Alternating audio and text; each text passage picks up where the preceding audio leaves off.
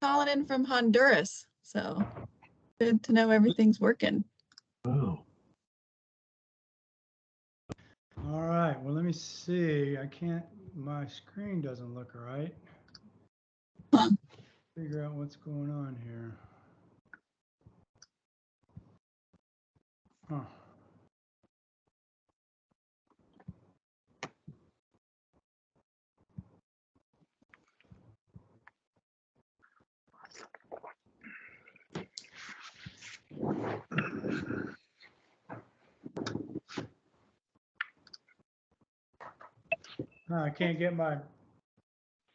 I can't see you all, but I think you might be able to see me.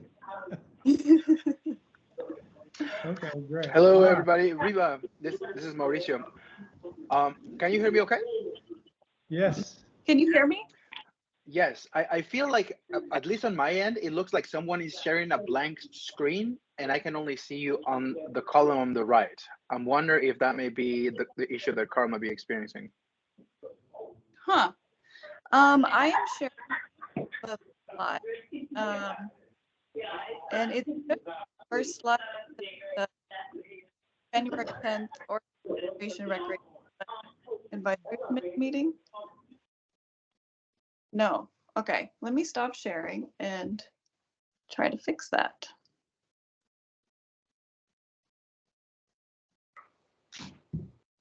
Good. Okay. Better Works for now. me now. Sounds okay.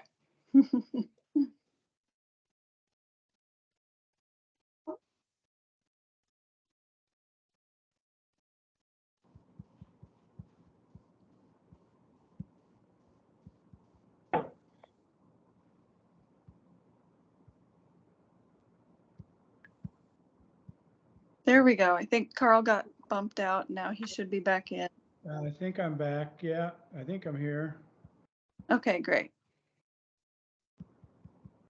All right, so let me see Great. if I can get things working a little better here. I don't quite have it down.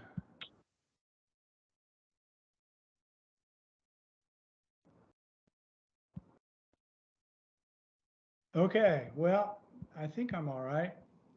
Can you all still hear me okay? Yeah. All right, Yes. great. Okay, very good. All right, well, welcome you all. We're here for our little bit unusual Wednesday afternoon OCRF meeting. And I guess you all can tell that I'm not in my usual place. I am currently in Honduras.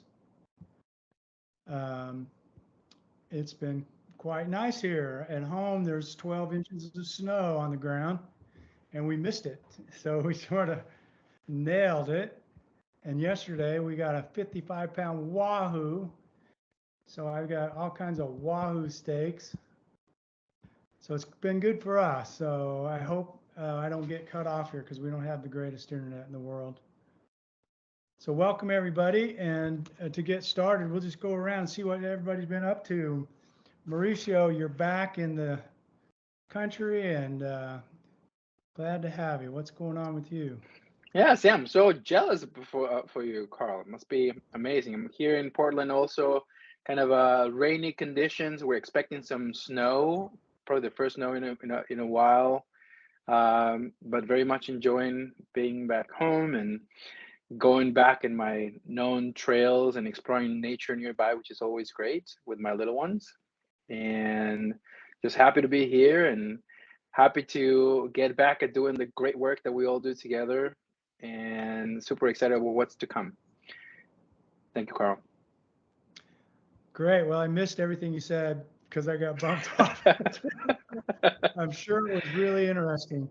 It was the greatest thing, Carl. I can't believe you missed it. You see how everybody else is in awe. Mark Lampard, how are you doing?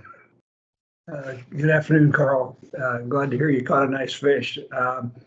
So let's, first of all, I want to welcome Jim to the OCRF meeting. Congratulations, and glad to have you on board.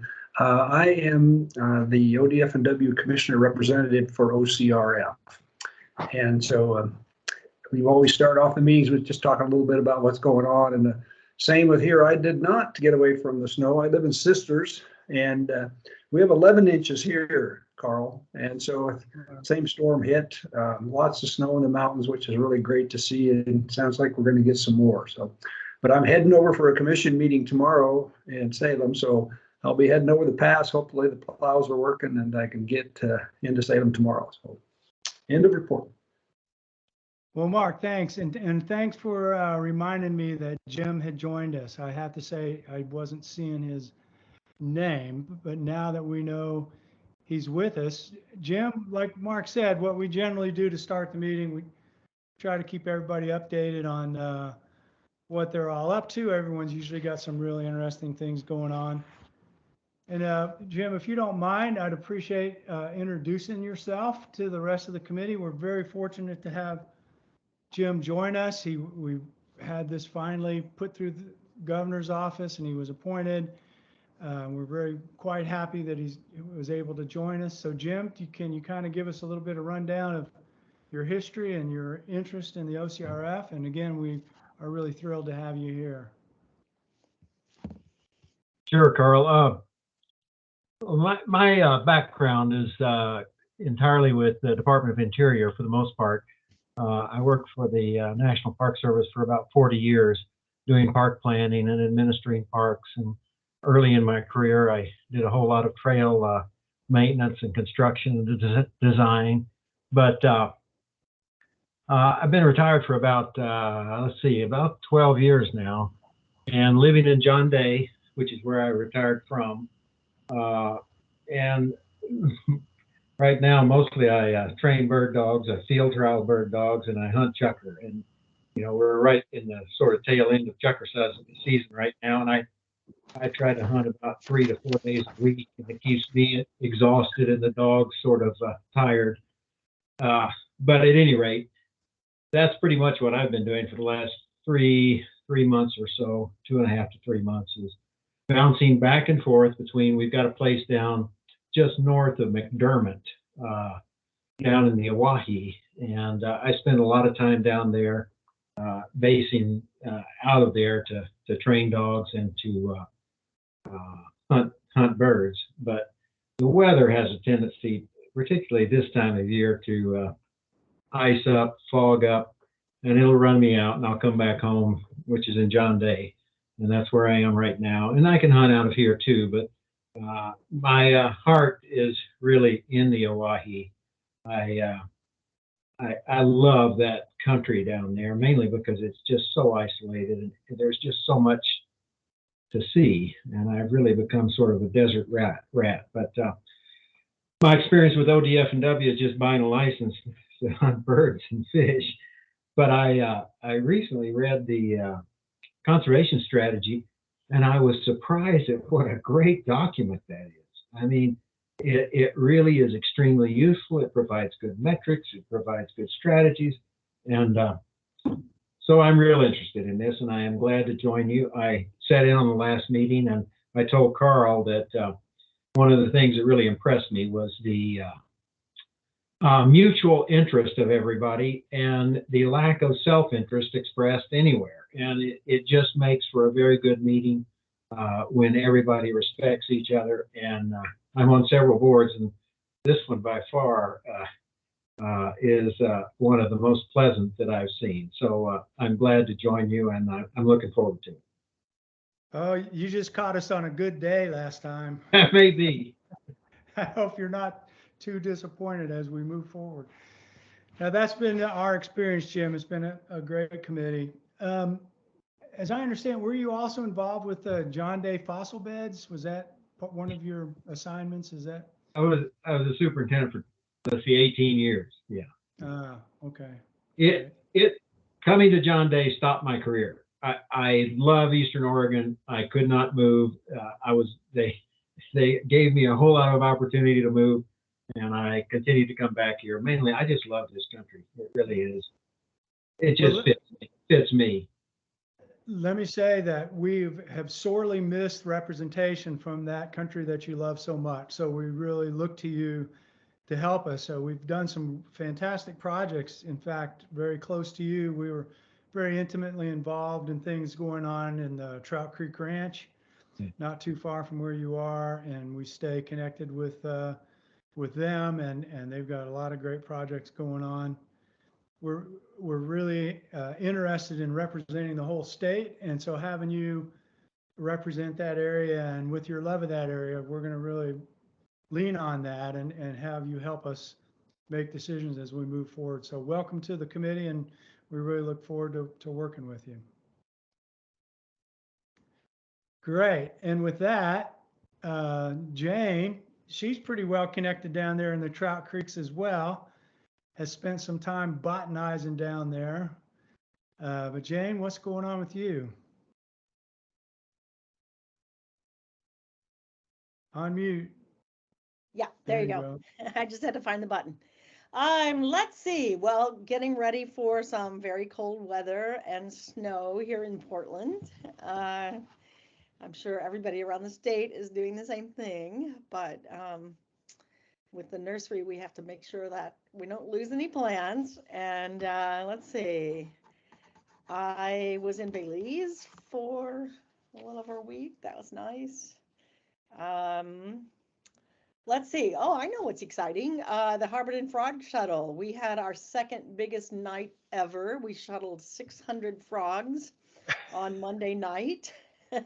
I was out there till 2 in the morning, at which time it cleared up enough that there was a little break, and we thought we better get out of here. We're going to be here all night long. So anyway, that's pretty cool. So it's going to be a really good year for the frogs. So Jane, do you think that's the fact that you had so many frogs, is that an outcome of the work that you guys have been doing, that now they're reproducing well and you're able to help more of them across the road? Do you think it's got anything to do with that? You know, it's funny. I think with all wildlife, there are fluctuations, and last year was our worst year ever. And we thought, oh no, climate change, you know, we were thinking of all the things that could be wrong. And it looks like this year we were worrying for nothing.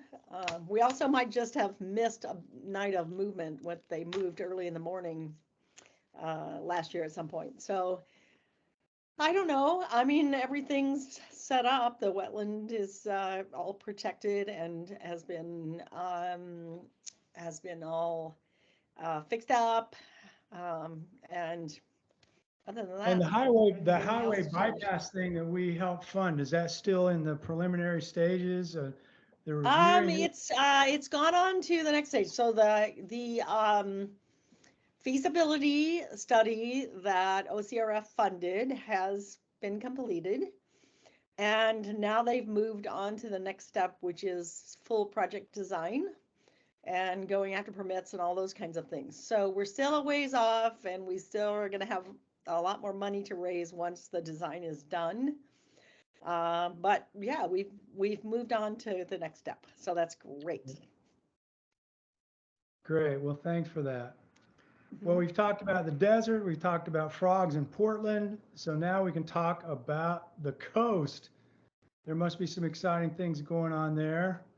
Kelly, are you with us? I am here, and I apologize. My husband just brought home a sick kid, so I'm like chasing around different rooms to try and get a quiet spot. Things are crazy and rainy. We have had high surf advisories for 5 days now, and it's just been gnarly and fun. I love stormy coastal days. You know, we took the kids up. We had our first coastal snow last weekend, so we went sledding and had big fire, and on Sunday just drove up in the mountains a little bit, and then now we got all itchy because of the snow, so we're actually headed to, we think anyway, to Willamette Pass on Friday this weekend to ski with the family. So if we can make it there. Yeah, no kidding. I have a season pass at Mount Bachelor, so I get all these reports. So here I am in Honduras. It's 90 degrees out, and I'm getting these reports from Mount Bachelor with 2 feet of snow overnight and parking lots full, and oh my God, what a different world. All right. Well, let's see. Is Mark Stern, I think I heard you say you're on the phone, but I don't see your name anywhere. Are you with us? Maybe not. Well, let's see. So I'm seeing what, I hope we have a quorum. We have, I guess maybe with Jim, we do. Is there anybody that I missed from my list? I'm not seeing. Liza them. Jane, I think we're Liza Jane. Oh, great. Oh, there she is. Liza Jane. I'm sorry I missed you. No What's happening in problem. your neck of the woods? Um, Hello, everyone. Happy to be here. Jim, welcome. I love your country too. I love that big, open, quiet country. It's awesome in the Southeast. I live in Northeast Oregon in Wallowa County. We're getting a little wintry. It doesn't sound like quite as much. Maybe Central Oregon took some of that, but it's coming. And so, just trying to keep stock watered and all the things. I always think I've got it figured out. Like I remembered to dig out the gates before the ground got frozen, but there's always one or two. So I'm working on that. I wanted to tell you all that I finally got to participate in the Christmas bird count. And I've been wanting to do that about 10 years. And it was so fun. It was like a highlight of the year. I think from probably my big game hunting experience, I have good spotting skills, but I have no idea what I'm looking at. So I made a good team member, spotted lots of birds, learned so much. It was great. I think we found, the team here in the county found almost 7,000 birds. And so we didn't find anything unusual, but it was just a really great day. So I was excited. I'm excited to learn more about the birds around me. So that was really fun, and things are good. Just hunkering down for what's a coming. Yeah. Was that with, is there a local Audubon chapter there in where you're at? I don't think it's an Audubon chapter, Carl. I think it's just a local group led by a retired ODF and W person, and I think it was our 27th year here or something like Wow. that. So yeah, really great. And it was like there was one more thing. Oh, the Wildlife Crossing group that I'm working with for Northeast Oregon. We're looking at the place, figuring out the place to start the feasibility study. And I think we have 50,000 raised. I'm saying I didn't do it, but I'm in the group. So I'm excited I was just west of Lostine last week, and there was about 150 elk standing by the highway. So I think we can do something really important here, which will be really exciting. I always feel like those wildlife crossings are like our apology for just jumping in and making a mess out of things. And so when I see that, I just like, oh, whew. So really excited about our work as a committee and seeing that happen in Oregon for frogs or elk or whatever needs a way through our mess we made. So. Eliza Jane, thanks for that. And I'm glad you brought up the wildlife crossing thing. Just to remind the committee, I mean, it's kind of may have slipped some of our minds, but we have $5 million coming in 2025 for wildlife crossings. And at the time that it all happened, it seemed like, oh my God, that's going to be forever. When are we ever going to see it? Well, that's already coming up. We need to be thinking about that. And we had some nice conversations here recently with some folks about strategic ways to maybe leverage that $5 million with other funds. And it's not a discussion for right now, but just since you brought up the wildlife crossings, I thought I'd remind everybody that we have that out there. It's something for us to be thinking about as we move along. All right, well, I don't see Sristi. Is Sristi with us? I don't see her. Okay, and Mark did not respond, so I guess he is not on the phone. Reva, tell us what's going on in your life. Hey, everybody. Yeah, let's see. I was able to get some sunshine over the weekend. That was really nice. I was able to go to California and get some much needed vitamin D by the beach. So needed that. A little bit too much rainy, foggy weather for me recently in the valley. Um, but yeah, that's about it. Are you moved into your house yet? I have, but you can kind of see there's not a lot of decorations behind me, so we're still working on decorating the office. Still in progress. All right. All right, well, great. Well, thank you all for being here, and we got a nice agenda. We're gonna actually do some work today. We got some things to do, get prepared for our next RFP. And so I think probably one of the first things to do is approve the minutes. So do you have that slide, Riva? I do, yeah. And if you don't mind, just before we go into that, recognizing that there's quite a few members of the public that have joined us today. Yep, go right ahead.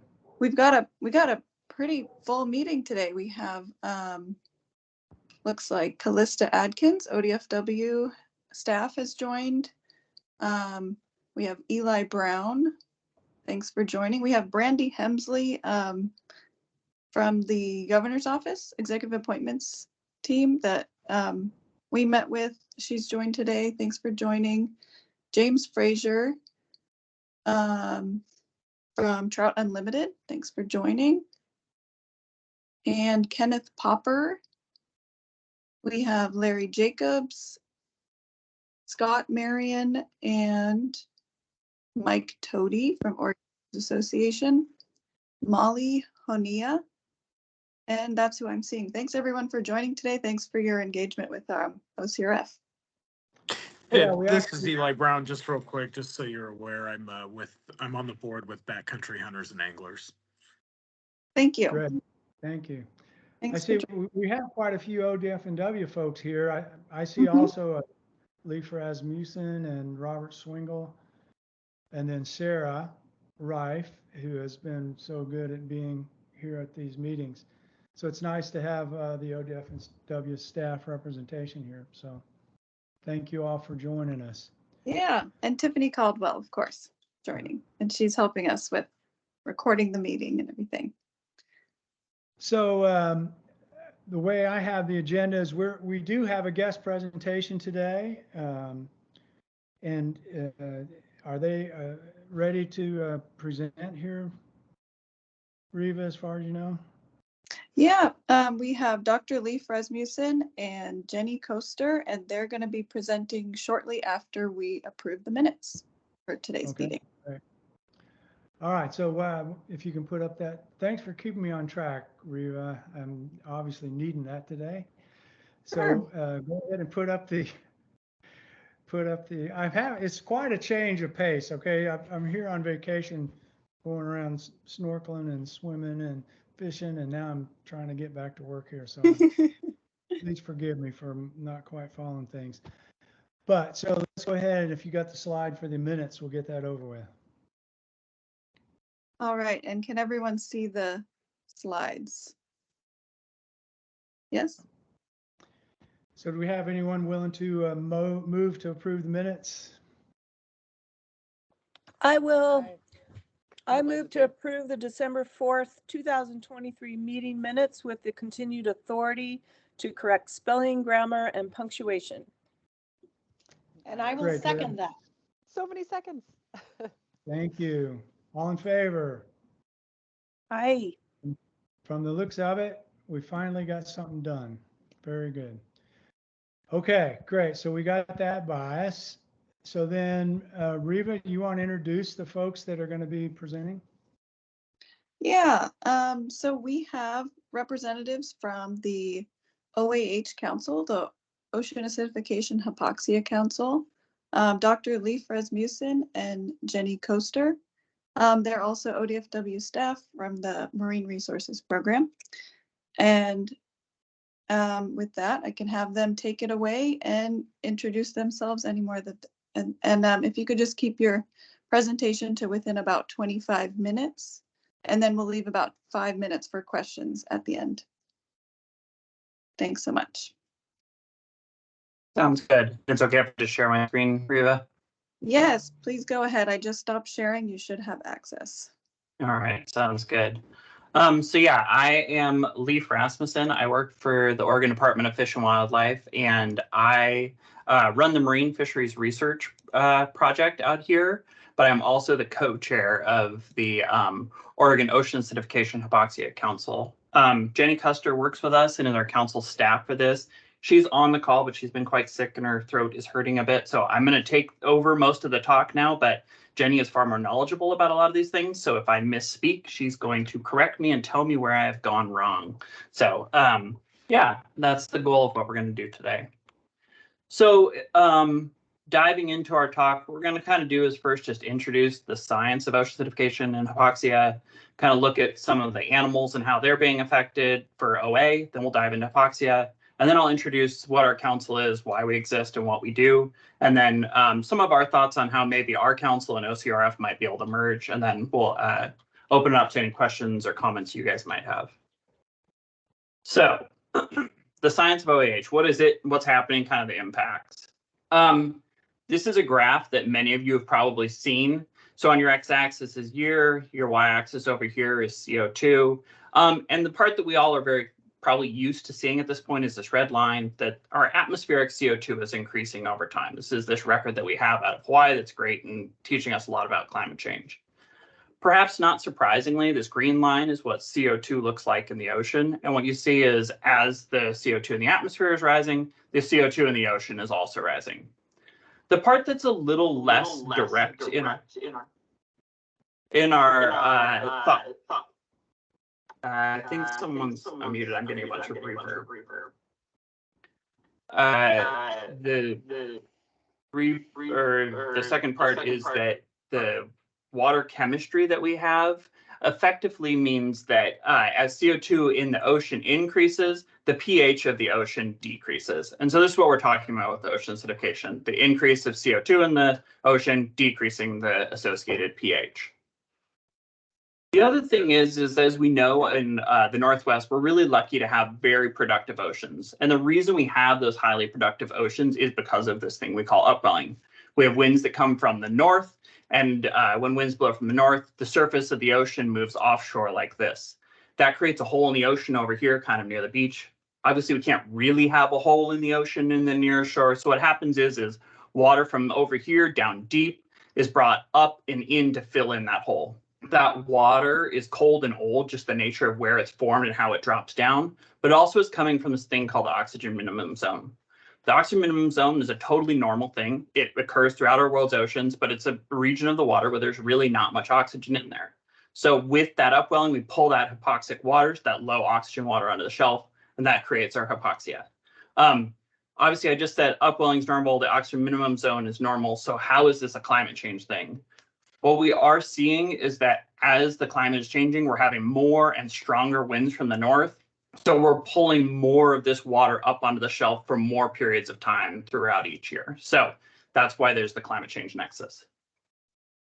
Looking at some of the data we have, our x-axis goes from about the end of March to the end of October. Y-axis is dissolved oxygen. And this dashed line is that hypoxic line. Anytime one of these lines is below it, we're in a hypoxic event. Ignore the grays and blacks. Let's just look at red for now. That's 2021. And what you see is that a lot of 2021 is below that dash line. We had a very hypoxic summer that year. And the other thing is when you look at where the circle is, we went to 0% oxygen. We actually went fully anoxic. There was no oxygen in the water near this late August, early September time period. And this was all done down near Cape Perpetua. So what does that mean? Here's kind of what we see is how animals start adjusting their behavior and things like that in response to these hypoxic conditions. Once we hit hypoxia around this kind of 1.4 milliliters right here, fish start to disappear. Then after that, crabs and shrimp start disappearing and things like that. Once you get to that point of 0%, we actually start getting to the point where the chemistry of the dirt on the bottom is changing. So that anoxia we had in 21 actually is changing our functional bottom. So how does this affect the animals that we're looking at? Like I said, that upwelling makes an extremely productive ocean for us. Our largest single species fishery is that of Dungeness crab, followed by the second largest single species of pink shrimp. We have a large species complex of groundfish that's worth a lot of money. A lot of recreational anglers participate in this, and it's a very important group. And we also have this very important Pacific oyster farming industry that occurs in Oregon. Each of those ones that I've just talked about, I'm going to highlight kind of how ocean acidification or epoxy has affected each of those populations. So Pacific oysters. Pacific oysters have been our canary in the coal mine, if you will, for hypoxia. The way that you farm oysters is you buy larvae from an oyster larvae hatchery, and then you grow them out and turn them into adults that you sell and market. On the West Coast, we really only have one oyster larvae hatchery, and that's in Netarts. It's the Whiskey Creek hatchery. And what happened is around 2010, the late 2010s, they started having failures. Their larvae were not surviving, so nobody could grow oysters. This is a problem, obviously. We started wondering, what are we going to do? They started looking, and what they realized is the water that they were pumping in was actually acidified. And so looking at these situations, when you have acidified water, this micrograph shows what an oyster larva looks like. The top is normal. The bottom is when you have acidified water. The shell gets thinner. You start having erosion. And if in high enough acidification situations, you have complete failure of that larva to survive. Like I said, these Pacific oysters are canary in the coal mine. 23% of OA research internationally has been done on this species. So this is really what we know the most about when it comes to OA. That said, in a farming situation, they can mitigate a lot of these things. So from a farm standpoint, they can make it so the larvae survive and keep farming. That said, there are many bivalve species like clams and such that are not in the farming environment. So we're not as confident about what will happen there. There is some recent evidence that suggests, at least in the immediate future, the warming that we're experiencing may mitigate some of those ocean acidification effects. So we might have a indirect effect where we're kind of buying ourselves a little time, which is a good and bad thing, I think. Moving on to pink shrimp, that second largest single species fishery we have. The research here for ocean acidification is not nearly as clear cut as what we see for oysters. George Walbusser at Oregon State University did some work looking at how pH and temperature affected the growth of these species. And what he found is that it looks like temperature actually might be a bigger driver for these guys than pH is. And there was a decrease in growth rates. But again, these were kind of preliminary results. They're still being figured out. What they have found is for rock shrimp down in the Gulf of Mexico, when they're reared, the larvae in these high pH and OA experiments, they found that they became more opaque, that you could actually see these larvae more clearly in the water when they're up in there. So this may increase their ability or susceptibility to predation and things like that. The other thing, this was a really interesting one that Jenny pointed out to me, is recent research has suggested that shrimp that are reared in these acidified waters don't taste as good. So, you know, ignoring all the ecological things that we wonder about, from a fishery standpoint, if things don't taste as good, we're probably not going to want to fish for them and people aren't going to eat them. So that's a pretty interesting secondary effect that I hadn't thought about as much. Jumping Dungeness crab, that largest single species that we have for fisheries off the Oregon coast. So like all these organisms I'm talking about, they all start with a larval phase that swims around in the ocean, and then they settle out and live on the bottom. This picture over here on the right, this is what fishermen often call crab spawn. This is a megalopa, or the last post-larval stage of this species. And so when they reared these organisms in acidified waters up in Puget Sound, it started showing that there was some dissolution of the exoskeleton, that kind of hard shell that they have on the outside, and that was creating structural deformities. But it also affected, they have receptors actually all over their body, and it started to affect how those receptors were operating. They also reared them in these high CO2 environments, and what they found is that they just didn't get as big, but they actually had higher survival. So that's a little bit interesting. We would often think, you know, higher OA, things like this, we're going to have lower survival and things are going to be a little bit worse off. So Dungeness crab really need more research. A kind of side thing is my team has done some work looking at marine heat waves, and it looks like we get a ton more crabs returning when we have marine heat waves. So with climate change, we talk about winners and losers, and it may be that Dungeness crabs are one of our winners in this situation. We don't know, but there is some evidence in certain things like that that they could be a winner. But again, more research is definitely needed. Okay, so that's what we have for OA and kind of how it's affecting our species. And now we're going to jump to hypoxia. The work I'm going to show here is actually work that my team has done at ODFW, so definitely something I feel a little more comfortable with. So probably a better presentation at this point for a little bit. So to start out, in 2021, we went out and did the first ever survey of black rockfish in the state of Oregon. We went border to border and we used hydroacoustic fancy fish finders to count fish. We combined that with an underwater camera and hook and line sampling. But we also had an oceanographic sampling tool that allowed us to kind of look at what the ocean properties are like as we go. By doing that, we actually started realizing and seeing that, oh, there was hypoxia. This is a real-time picture in the top left over here of what we were seeing on the bottom of the ocean. And this number 1.28, that's hypoxic. And here's the video of what we're seeing where that was hypoxic. We have dead crabs on the bottom that we're experiencing and seeing as we're there. This was all over the news. If you remember back to that red line I was showing you, went fully anoxic, the survey was done during that year. Obviously, that's somewhat problematic for us to be doing surveys at this point, but we were able to manage and kind of mitigate some of these things that we could talk about later if there's interest. What we do find is when there was hypoxic in our survey, we don't see fish. So obviously, again, this is an issue. If we're going to be counting fish, we need to account for oxygen as we're doing it because fish don't want to live where they can't survive.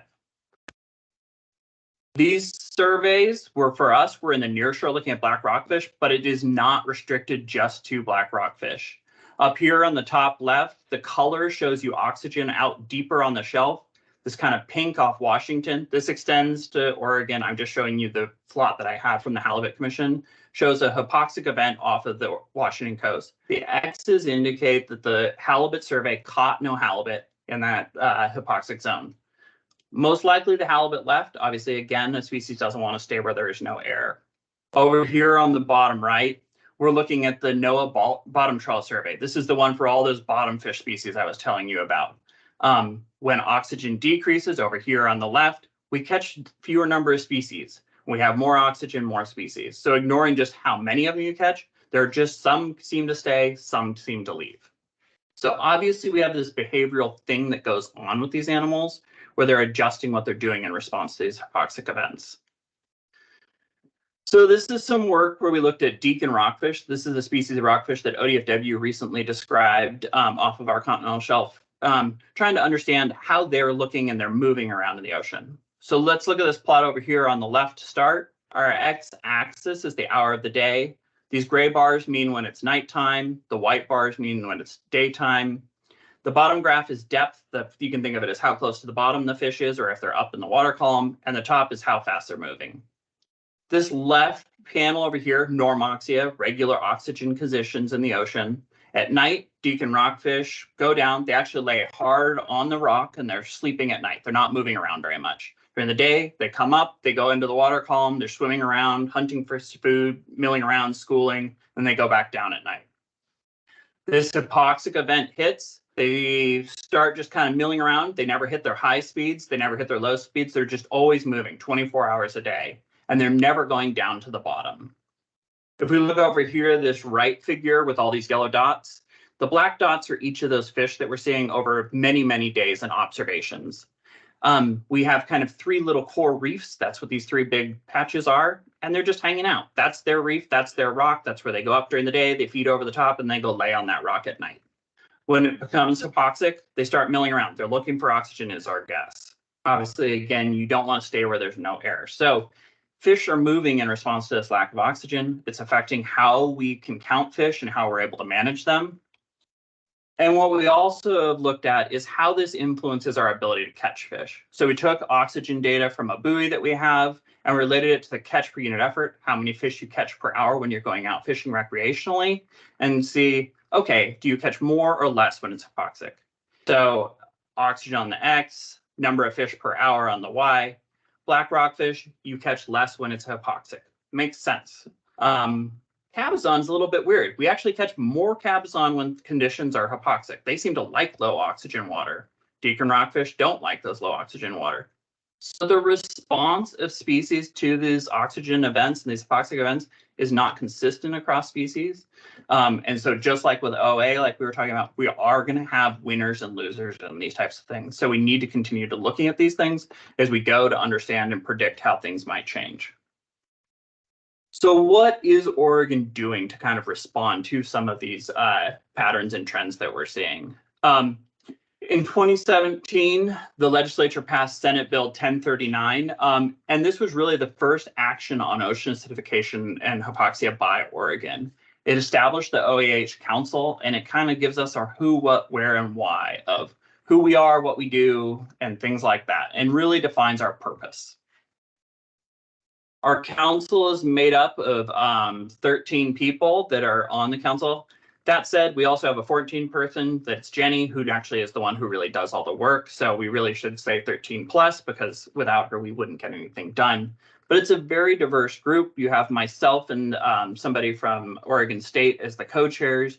You have academics, you have people from the commercial fishing and commercial oyster industry. You have tribal seats, governor's office, and many other NGOs and conservationists. So this nice diverse group to ensure that the research we're doing isn't just serving one group, but we're trying to encompass all views of how the ocean is changing in response to ocean acidification and hypoxia.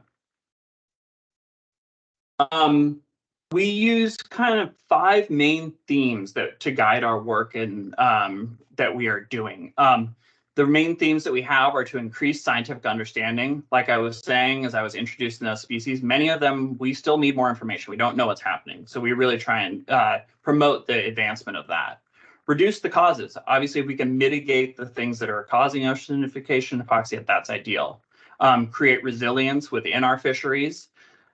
Increase understanding and build sustained support, obviously, for these kind of things. We do not have any permanent funding, so that's where, again, those kinds of things are important. Some of our noteworthy accomplishments. So, like I said, this has been around since 2017. We're only 5 years old, so we're still, a lot of things are building and going forward.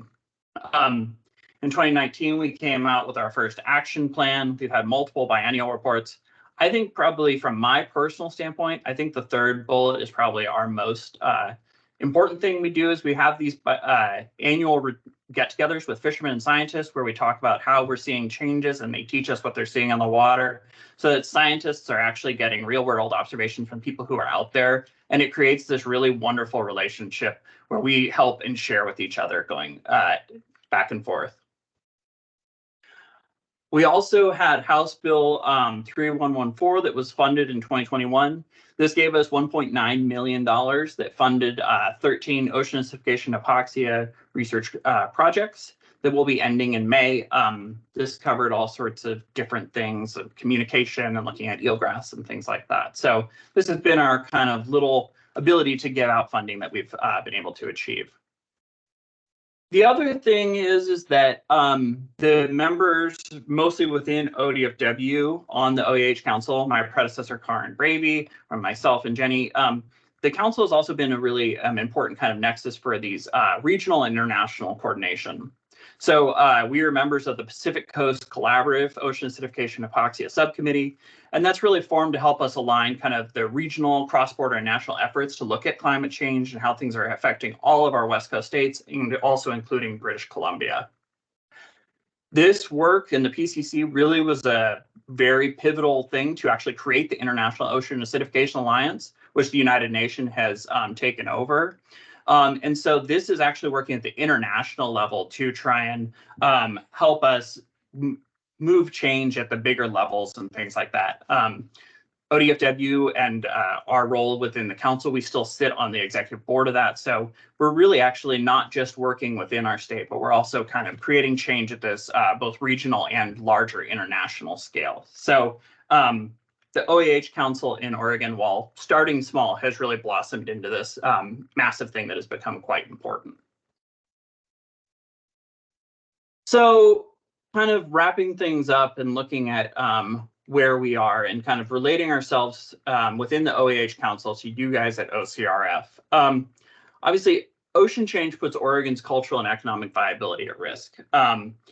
You know, we recognize that some species are going to move into our state, some species are going to move out. And so we need to be able to respond to these things and understand how we can help our fishers and our communities to be in place.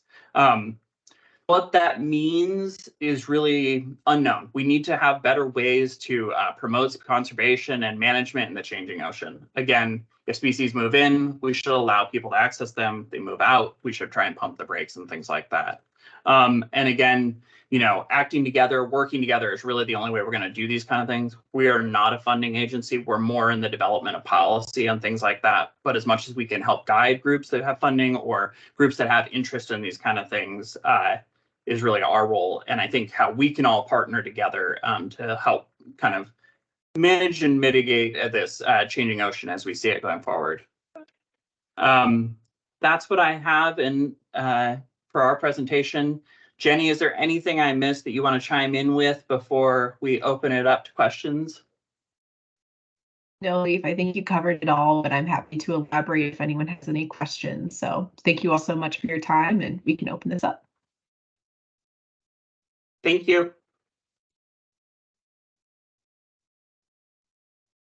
Thank you. That was a fascinating and somewhat sobering report.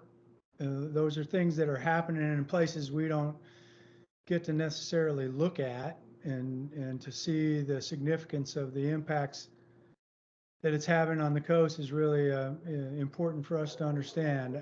I agree, it'd be great for us to come up with some ways to collaborate and work on this stuff together. I've got one personal anecdote about this. Is we've been coming here to Honduras for 15 years, and I've gotten to know a section of reef quite intimately right off of our house.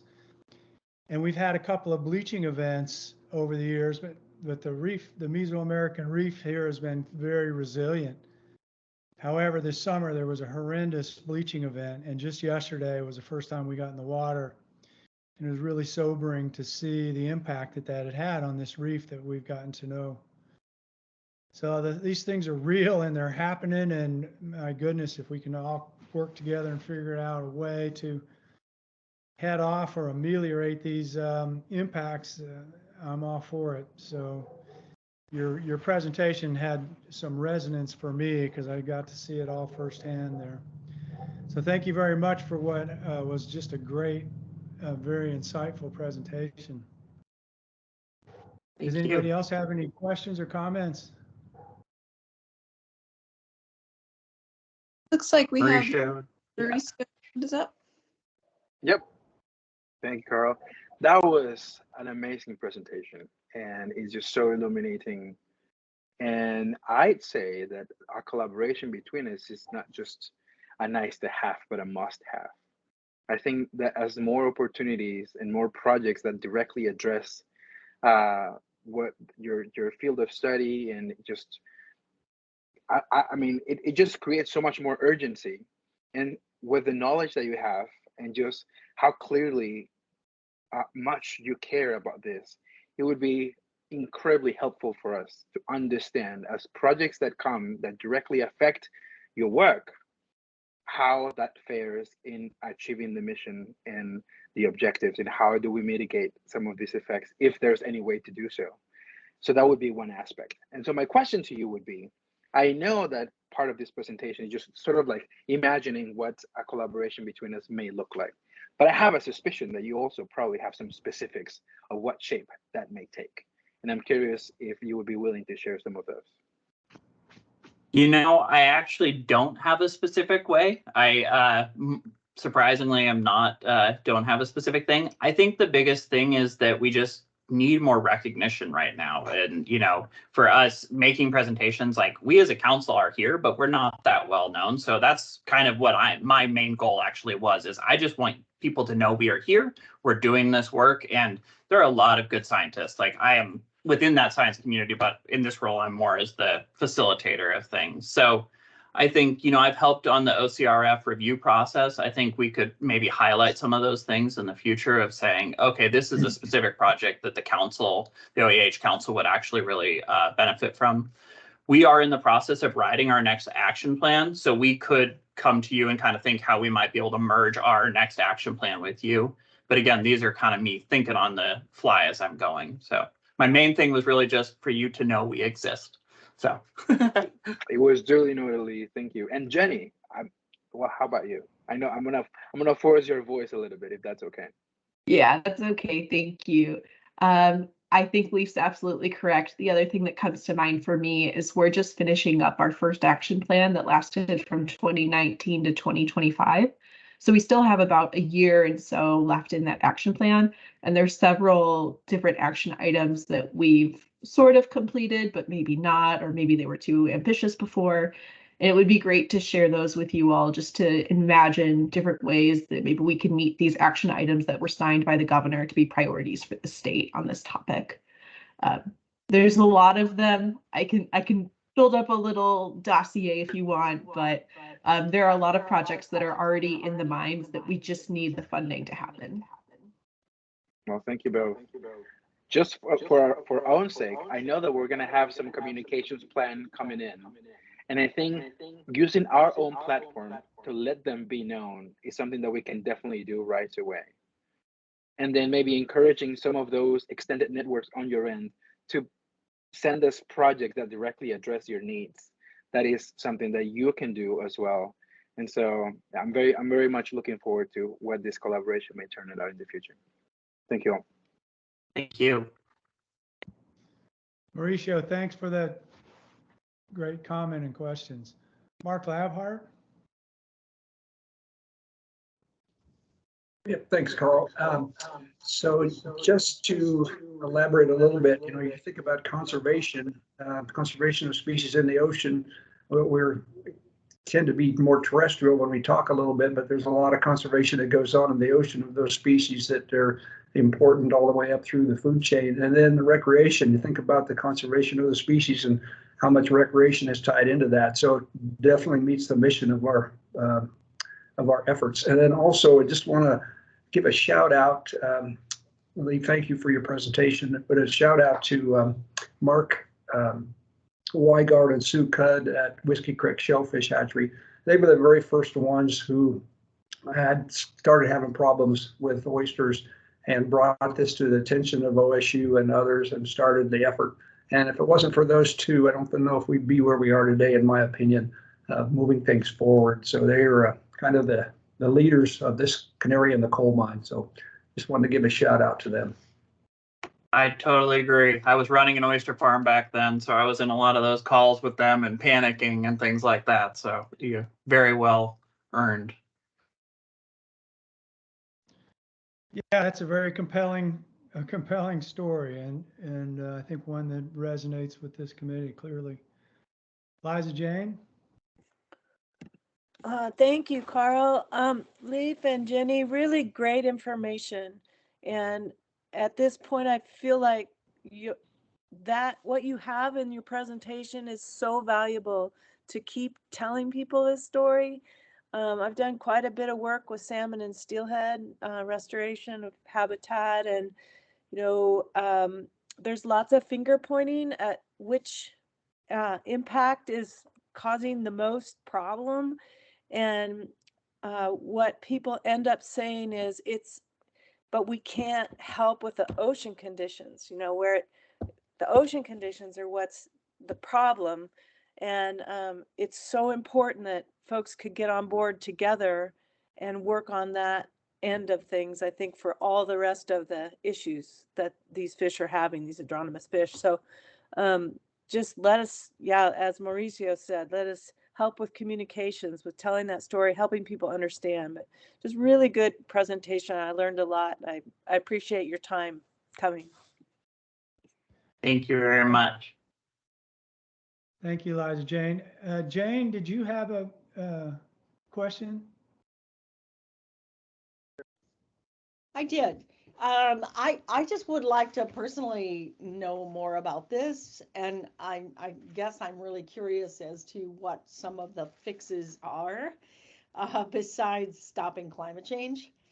And I think it's really important to give people yet another reason to care about climate change and take personal action. But I'm just wondering if there's a source of good information to learn more about what the future holds. Not, I mean, I'm convinced that this is a complete disaster, and so what do people, agencies, et cetera, need to do? And I know that's too much to go into today, so if you can point me in a direction, or all of us actually, it sounds like we all need to know more. Jen, you want to take that one to start, and then I'll chime in. You're better with the communication side.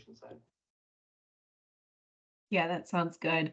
I think the first thing to keep in mind is that the ocean is changing and it will continue to change. But that doesn't mean that we will no longer have any fish in the ocean, or we will no longer be able to do the things that we used to do.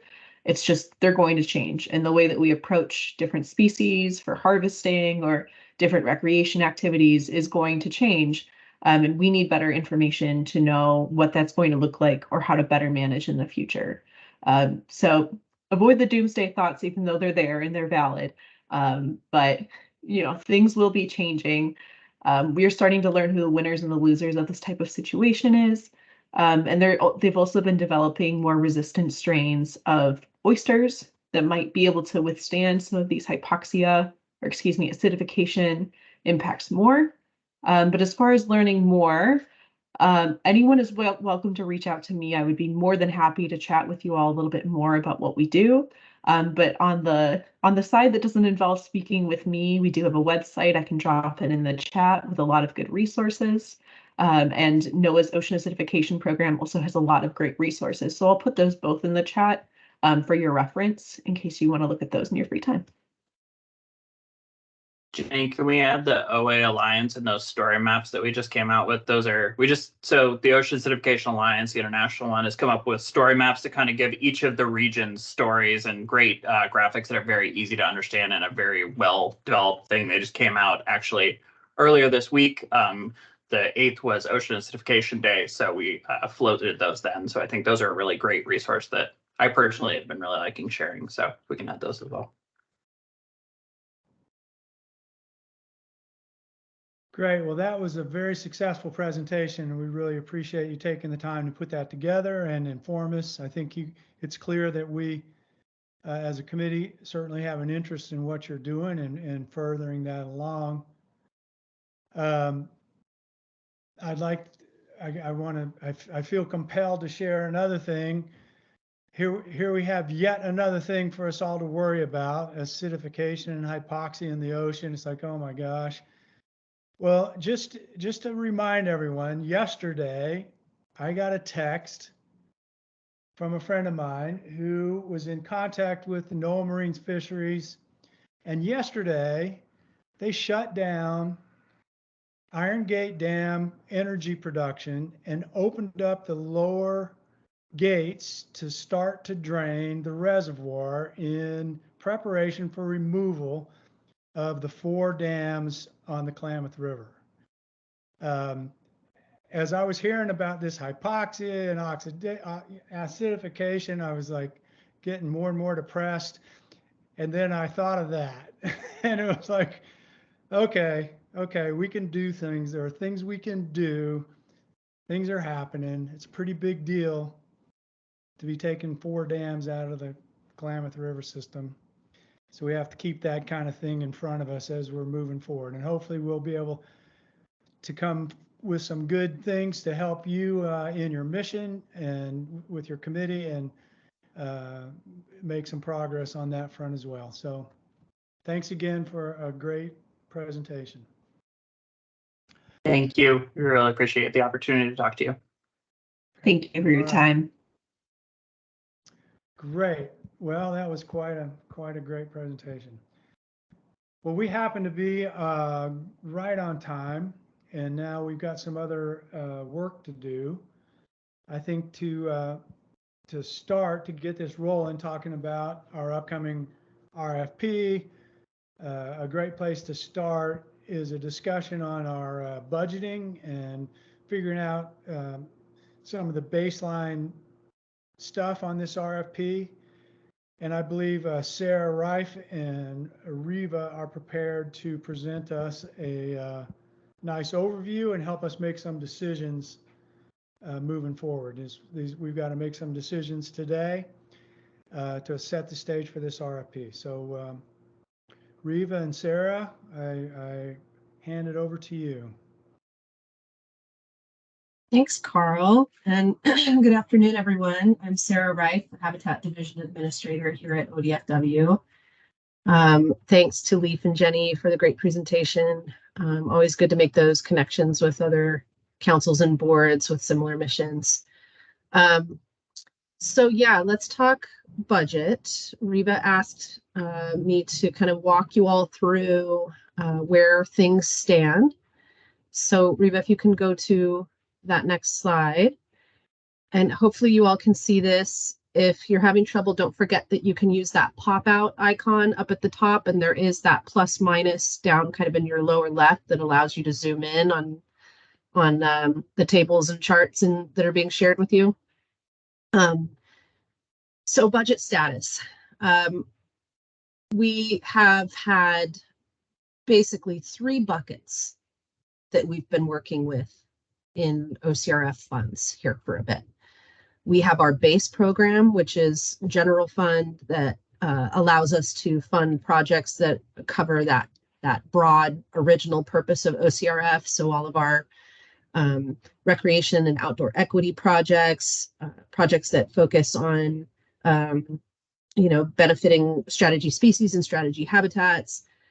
And that is the bucket that I call base program, and that is historically what we have funded the grant coordinator out of as well. The next bucket that we have are the drought funds. We, in the last 2 legislative sessions, have been given some specific appropriations to address the impacts of drought on fish and wildlife, as well as to support projects that raise awareness of drought, as well as support wildfire resilience. And then we have also had this third bucket, which was federal funds that came to us during COVID. They were COVID relief funds. I forget what ARPA stands for, but that's a federal bucket that we were working with to fund OCRF projects as well. So those are the 3 buckets that I'm going to talk about here mainly. I will at the end just touch on some of the funds that Oregon Wildlife Foundation holds for us on our behalf. But these are the 3 that we primarily use to manage the program and to fund the RFPs. At the end of last biennium, so that's the first column that is referred to as the 2021-2023 ending balance. Where we sat was after we paid some things back, moved some shells around with the startup of Habitat Division, we were able to actually recoup some costs in OCRF with some leftover general fund that we were given from the startup of the Habitat Division. We landed at having an ending balance of around 1.8 million in base program. And that includes, if you recall, the OCRF fund, the way it's set up in the Treasury, it earns interest. And so that 1.8 number includes the interest earned during the previous biennium, which was around 144,000. I'll note that revenue so far in 2023-2025 biennium has been around $27,000. Last biennium, the amount of the amount of revenue that we generated just from donations in the electronic licensing system was, Riva, help me remember the number that Brandon gave us. I want to say it was around 244,000. Yeah, right around there. Mm-hmm. I just want to point out that the way that comes about is that when someone goes into the electronic licensing system to buy a hunting license or a fishing license, there is a button that pops up that says, would you like to also donate to the OCRF? And that is people electing to donate in addition to purchasing their hunting and fishing license. Now, some folks may go in there specifically for that purpose, but by and large, the vast majority of people and users in the electronic licensing system are hunters and anglers. So again, that's a not insignificant contribution coming from traditional constituents that I just think deserves a little bit of acknowledgement. Now, remember I said that the position costs come out of base program. So Reva's salary comes out of, and all of the insurance and benefits and everything comes out of the personnel costs. And then we have to keep in mind what we've already obligated to grants that we just haven't dispersed those funds yet. So that's that 845,000. So the remaining balance, what we have available to us for this upcoming RFP and future RFPs in the base program bucket is the $863,000. Any questions on that before I move to the drought fund bucket? Yes, Sarah, could you clarify again the 27,000 in that ELS distribution? What period of time does that $27,000 happen in? Just this biennium so far. So that would be what? So June of 2023 to now. Okay, so a bit over 6 months. Mm-hmm. So we're not quite on the same path as we were the previous biennium in terms of what that total is going to be. Yeah, I mean, it's going to vary. It's going to vary based on participation, and when you look, it's not earned at a constant rate. If you think about when people are buying their hunting and fishing licenses, it's seasonal. So it's kind of hard to predict. That I don't want to minimize that. And also, as you said, we should recognize once again, the hunters and anglers of the state are supporting us in a way that many of the other so-called wildlife consumers are not, bird watchers, etc. There's no mechanism for them to do that. And I think we all have to recognize again that we're getting a big chunk of dough from these folks, and we have to appreciate that. And at the same time, we need to tell our story, so we'll continue to grow that pie. So I don't want to just gloss over that. So thanks for bringing that up, Sarah. Jane, did you have a question? Okay, I did. So the 863,000 is after the expenses of personnel costs. And so 845,000 has been allocated for grant awards for the 2-year period. It looks like. That is all of the grants that are active that you've already funded. Got it. Okay, that's I where just want to make the sure money is sitting in about our that. account, but eventually those grantees are going to bill us, and we have to hold that to pay for things we've already great. agreed to. Okay, great. So the 863,000 is actually at least partly money that we could give as grants in the next biennium. It is all available for grant giving should you choose to do so. Yeah, I think that's going to be important later because I was looking at the RFP that's going to go out, and it says it's only for drought funding, but we do have some money that's for non-drought funding projects. So for non-drought projects. And so I'm just wondering when we have that discussion later on about the RFP, I think we should keep that in mind. Yes, we have a sort of split approach that we're going to recommend for you. Great. Okay, that's good to hear because that's one of the things I was concerned about. Okay. Liza Jane. Thank you, Sarah. How is the money for the, I think it's mandatory you buy a wildlife parking permit or something when you're getting your hunting, fishing license. Who gets that money? That goes to support our wildlife areas. And we support wildlife areas, so it might be a thought that we get some of that money too. It supports the recreational access at the wildlife areas and interpretive signage and public engagement at the wildlife areas. So it is also going toward the same mission that we share, but it's not going to route through us. Okay, good answer, Sarah. I like your creative thinking though. Yeah, and I wish our button popped up earlier when you're going through the whole deal. It's kind of like on your tax forms when at the very bottom you can check a box if you want to donate $1 or whatever. I wish there was a way we could be more visible before somebody had to pay all that for licensing. They could feel more generous, I think, than at the end. Just a After thought. they see their cart total. Right. Yeah, that's good feedback. Yeah, thank you. Okay, I'm going to move on to the drought bucket. So these are funds that we were given in the 2022 and 2023 legislative sessions.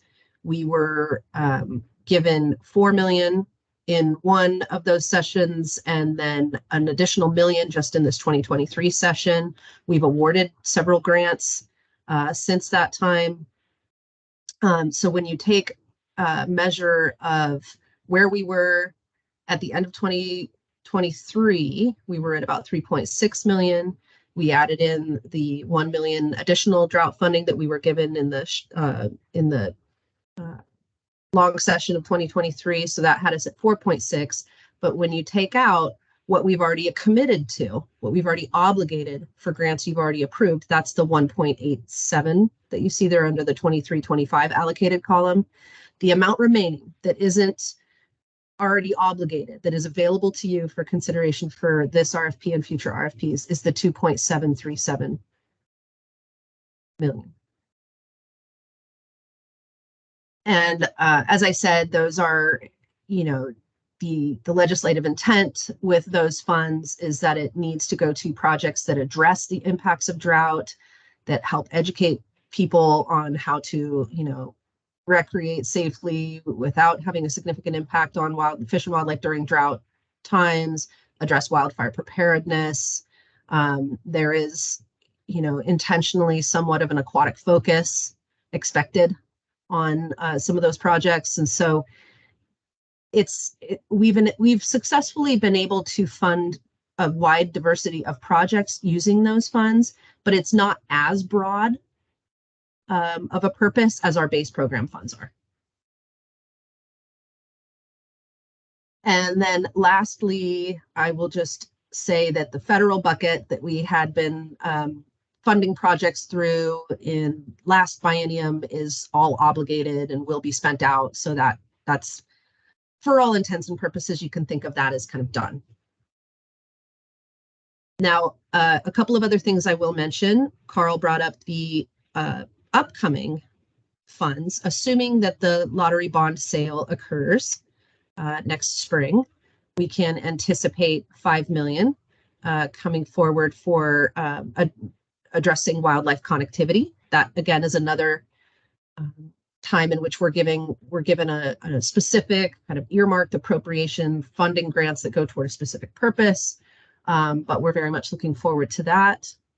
And then there are, through our partnership with Oregon Wildlife Foundation, if you are familiar with the Oregon is Alive website, and if you're familiar with the donate to OCRF button that occurs both on that webpage as well as on several of ODFW's webpage, that is another venue for the public to donate to OCRF. And so there are two funds held by the Oregon Wildlife Foundation, and I see Tim Gresseth is here. Thanks, Tim, for joining us. There is one that was, we've historically referred to that as the Fishhawk Lake Mitigation Funds. Long story, I won't go into it, but I believe Tim has a better name for it, the Nehalem River Basin Fund. Is that correct, Tim?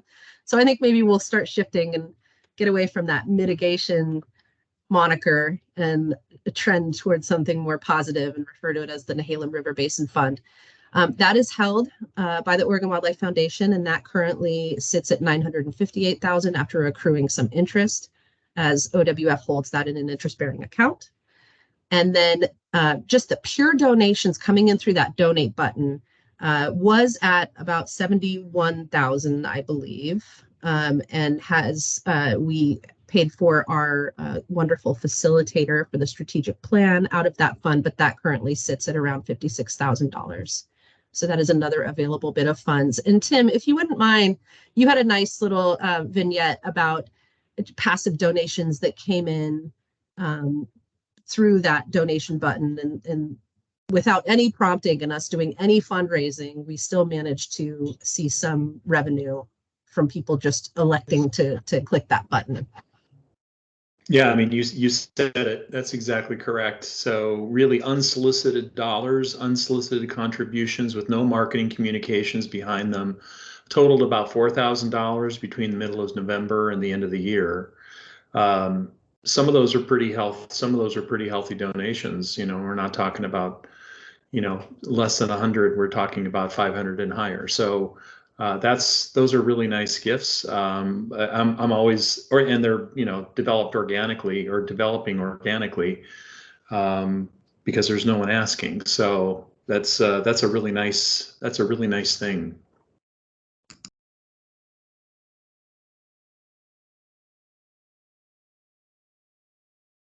Thanks, Tim. So long story short, as we look to this upcoming RFP, we are looking at, you know, this amount, this $863,000 in base program as being available, and we're looking at that $2.7 million in drought funds being available. So that's our starting place for discussion on the RFP.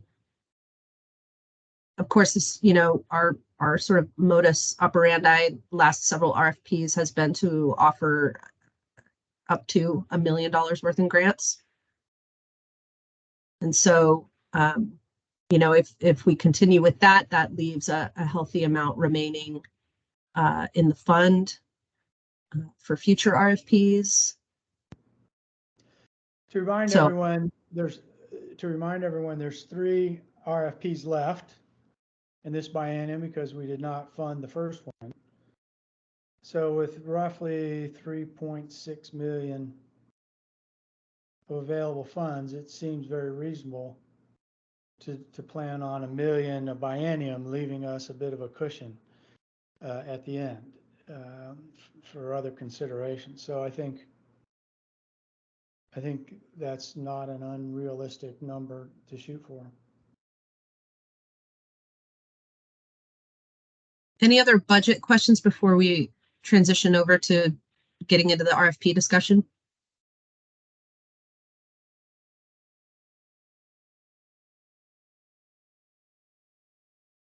All right, what's our next slide, Reba?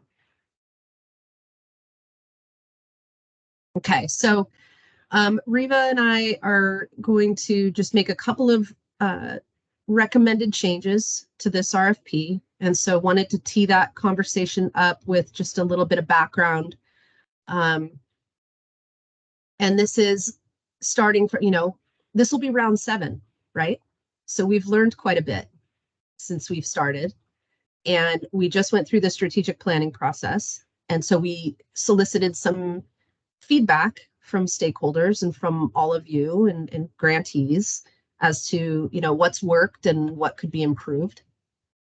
And so the positives that Sherilyn helped us glean through the strategic planning process, and that we've heard outside of that process as well, is just that our RFPs offer, you know, an amazing, unique funding opportunity, that it's been appreciated that we've offered a diversity of grant sizes. It's appreciated that we strive for statewide coverage. The efforts to engage with non-traditional groups has been greatly appreciated. And then we do often hear that people also appreciate that we tend to, so far, we've been able to maintain a simpler application process than some other state grant programs. Next slide.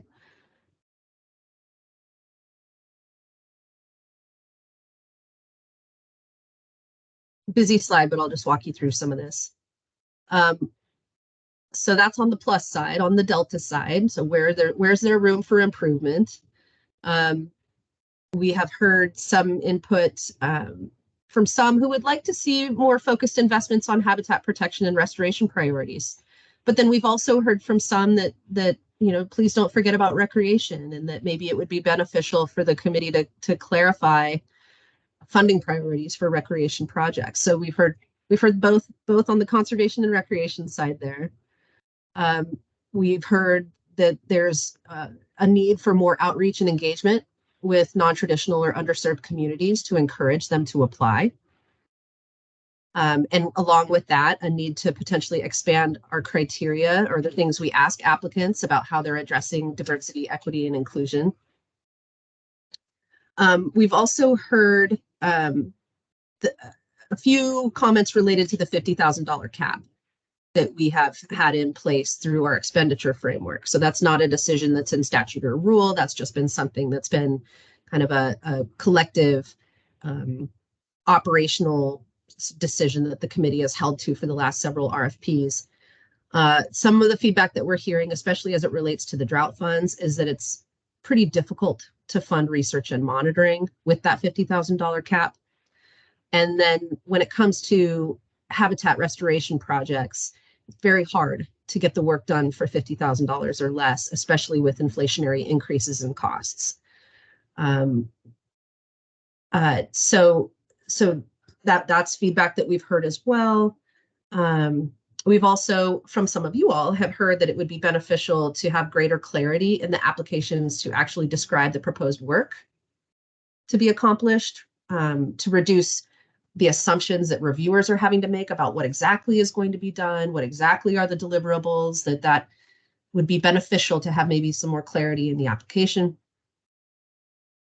And then most recently, Poor Riva has had to deal with this quite a bit, especially as we try to engage with very new organizations, very small organizations, that our bureaucracy can be challenging, that our insurance requirements can be daunting. And that's something that we can't really get around, but we can make a commitment to walking people through that and finding ways to ease that burden, especially for those newer, younger organizations that we're trying to engage.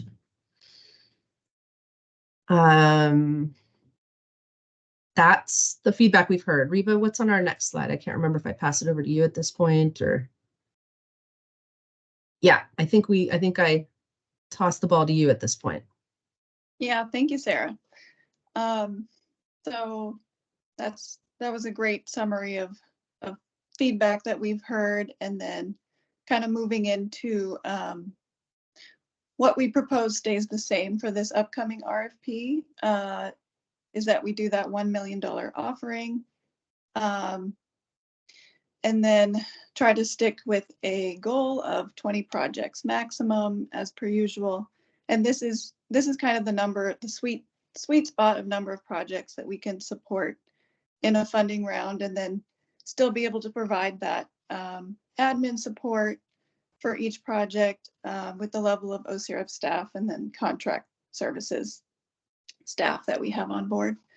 And then, so still favoring our drought-related projects, favoring projects that address impacts of drought and climate change for the state of Oregon. And we're still trying to prioritize the small grants, so less than 50K, because OCRF is still about the little guys. We want to support the small, new nonprofit organizations, non-traditional. And again, this is kind of another reason for that 20 goal for around 20 project maximum. Since these new non-traditional small organizations, they can tend to need a little bit of extra help, as Sarah was mentioning, going through the insurance process. And so just giving them support with running a grant project and the grant paperwork can be a little extra time. And then moving into some of our proposed improvements for this upcoming January RFP. So we recommend aiming for prioritizing drought projects, but kind of splitting it with about 800,000 towards drought, 200,000 from base program. And you know, we're not going to be able to hit those exact numbers. We don't know what projects amounts will be coming in, but just a ballpark for kind of where we were at with our last round, and moving forward into the next one. And then we're proposing raising the drought project cap to 140,000. This is keeping it right below that 150K mark, which would require additional time to go through DOJ legal sufficiency. So keeping it below that level, but raising it to 140 is recommended so that, but we would need to make sure that projects that are seeking this level of funding address drought and have a significant measurable impact. And that we would also have some enhanced application questions that go along with this. So making sure that they would answer, what grants have they received in the past, from what granting agency, and what level of funding, just to make sure that they're able to support this larger grant project. We've also done some reworking of the application questions around project goals, tasks, deliverables, objectives. And I'll show a slide in a little bit that shows that. And we've also tried to work in enhanced measures of outdoor equity. So going beyond just a yes or no question, we're having them explain a bit more how they're working that outdoor equity piece into their project. So before I move on, any questions on some of these proposed improvements or what stays the same recommended for this RFP round? I see a hand from Kelly? Yeah, go for it, Kelly. Yeah, I just had a quick question. I'm wondering then, are these sort of two different application types then, if we get into that for the drought package that's up to 140 versus the 50? So it wouldn't have to be run that way, because with our new fondant system, we can have branching questions. So if they are applying for that higher funding cap, if it's drought related, we can have the questions that branch out, and they would answer accordingly if they're applying for that higher funding cap. Gotcha. So it's just sort of, otherwise it wouldn't apply, but if you click it, then you peel off into those. Yes. Okay. Right. And Thank you, then Rita. we were kind of thinking that if you like drought project, this is just a consideration. Drought projects may only compete against themselves, whereas non-drought projects might. So it's kind of like two sub RFPs within the same call for proposals. Yeah, thanks for that, Sarah. That sounds good. Mauricio? I am very glad to hear about this branching feature on the fondant because some of the feedback that I've received from folks that may be leaning a little more towards the recreation side of things is that the character of the whole application feels very conservation oriented. And so if there is a way in which either the language changes or makes it so that you don't constantly try to keep justifying your answers in a way that appeals more to the conservation side, I think that may be also an important barrier that we can get over, and it would make that application process even simpler. So, and I'm wondering also if using that same branching feature, there may be some way to also simplify the complexity of the answers for those that are coming on the recreation side and that who are asking for a smaller amount and maybe non-traditional applicants. And because I'm thinking also in the output, it might be beneficial to you as well to know of this set of applications, some of these would probably require additional navigation through the bureaucracy of this process.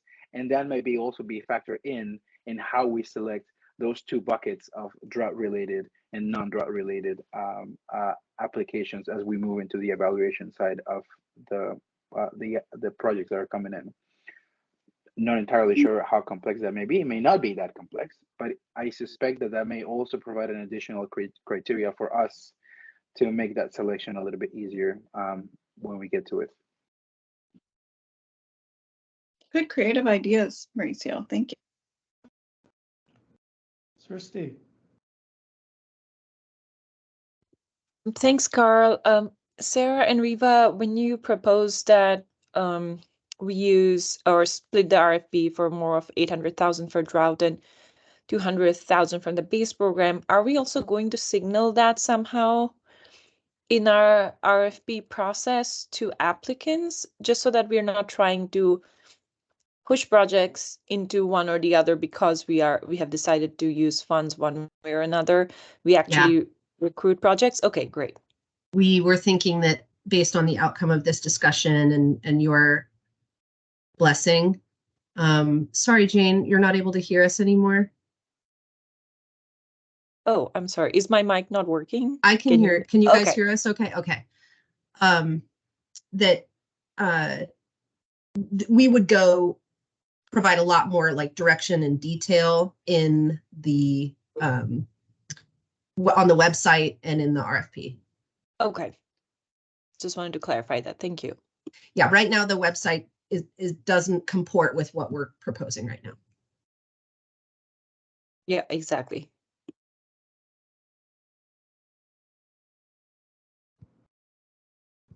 Any other questions?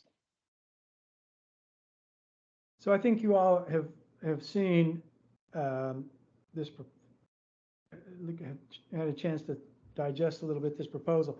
Let me say that Riva and Sarah put a tremendous amount of thought into this, and I've been tangentially involved in having them run by me their thinking, and I think they've really come up with a very elegant solution to a not necessarily wonderful scenario where we have all these monies that are being earmarked for very specific things. That this is a nice way to work around that and still be able to address some of the things that are important to us all, including the outdoor equity projects and some of the recreation projects. And I just think it's a really nice way to address it. A couple of things too is, as we're learning more and more, a $5,000 project from a outdoor equity applicant is sometimes way more work than a $50,000 project from someone else. And there's only a certain number of projects that can be easily handled sort of in the back office through Riva and all of that. By increasing that cap, we're going to likely be able to keep the number of projects down to a manageable level, meaning that we could still fund the $10,000 project to the non-traditional source, but then really get some meaningful dollars on the ground to do potentially major restoration projects. So it does, it's just a nice, elegant way of dealing with the contingencies that we've been dealt. So I really appreciate them thinking the way they did and coming up with a nice plan. Are there any other thoughts about how this is going, and anybody with any serious heartburn about it?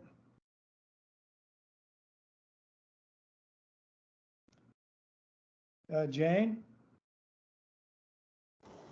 I somehow cut out during that and had to bring the meeting up again, so I missed the end of what Mauricio said and Sarah's response to it, but I'm going to be a broken record on my concern that we not make it harder for projects that are pure science and conservation, that they have to tack on some kind of an outdoor equity thing kind of artificially in order to get funding from us, because I think that's really important. There are a lot of projects that really are important and maybe don't lend themselves to volunteers doing things, like the ocean acidification might not be a place where there could be a lot of outdoor equity.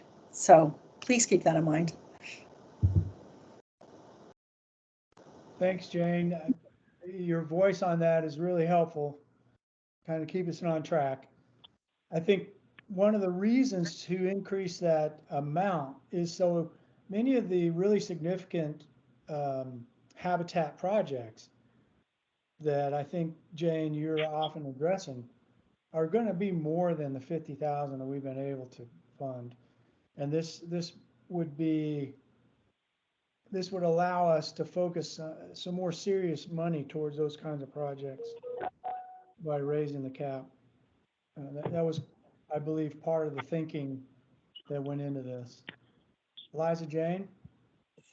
I agree with all that. I just want to say that $50,000 can be added to a project. There's other sources of monies that make up a whole effort, and so it's still, I don't think we intend to be the funder, the only funder for a lot of things, is what I'm trying to say. And I would like to hope that we can keep funding mini projects instead of just big ones or being the only funder. The collaborative approach of using us and OWEB and to make a full project is a better product, in my opinion. Thank you, Eliza Jane. I don't think this precludes any of that. And of course, many of the, it's usually 4 miles, turn right onto small projects we are the only funder. You know, it's the $10,000 project from People of Color Outdoors that we become the only funder. And so that's in some ways, that's a very powerful thing that we're able to provide that. Many of the bigger restoration projects, there's always more money. These are usually much bigger than even $140,000 projects.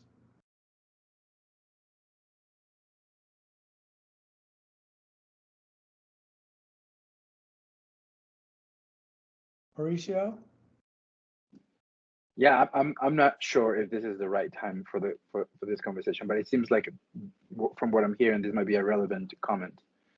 I feel that, yeah, to Jane's point too, is like, what I really want is for us to, as a group and as these projects are coming in, to understand this this difference in scale and impact that all these things have.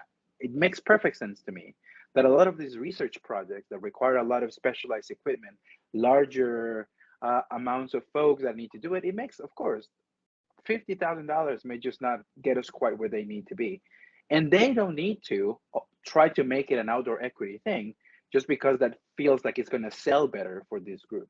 You know, I think that is what something that we need to stay away from, because this idea of just sort of like making something look better for the sale is not what we're all about. At least that's not how I feel about it. And adding complexity to this paradox, $10,000, $20,000 makes a huge difference when you're taking 20 people to experience a canoeing, hunting, fishing for the very first time in their lives.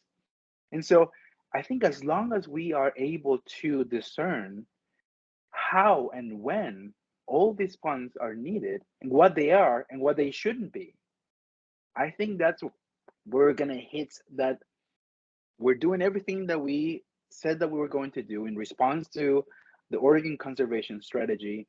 And I'm coming back to the presentation that we had earlier, when they said, we just want to be known. We just want this issue to be something that people talk about. That is exactly what I'm talking about. There is the research and a scientific component of this. And whatever money goes in there is going to do what it needs to do. But unless it becomes a relevant thing for the larger constituency in the state of Oregon, and people can buy in why this matters to them, we may not continue to have opportunities to fund these very important projects. So it has to be an effort that goes in both ways.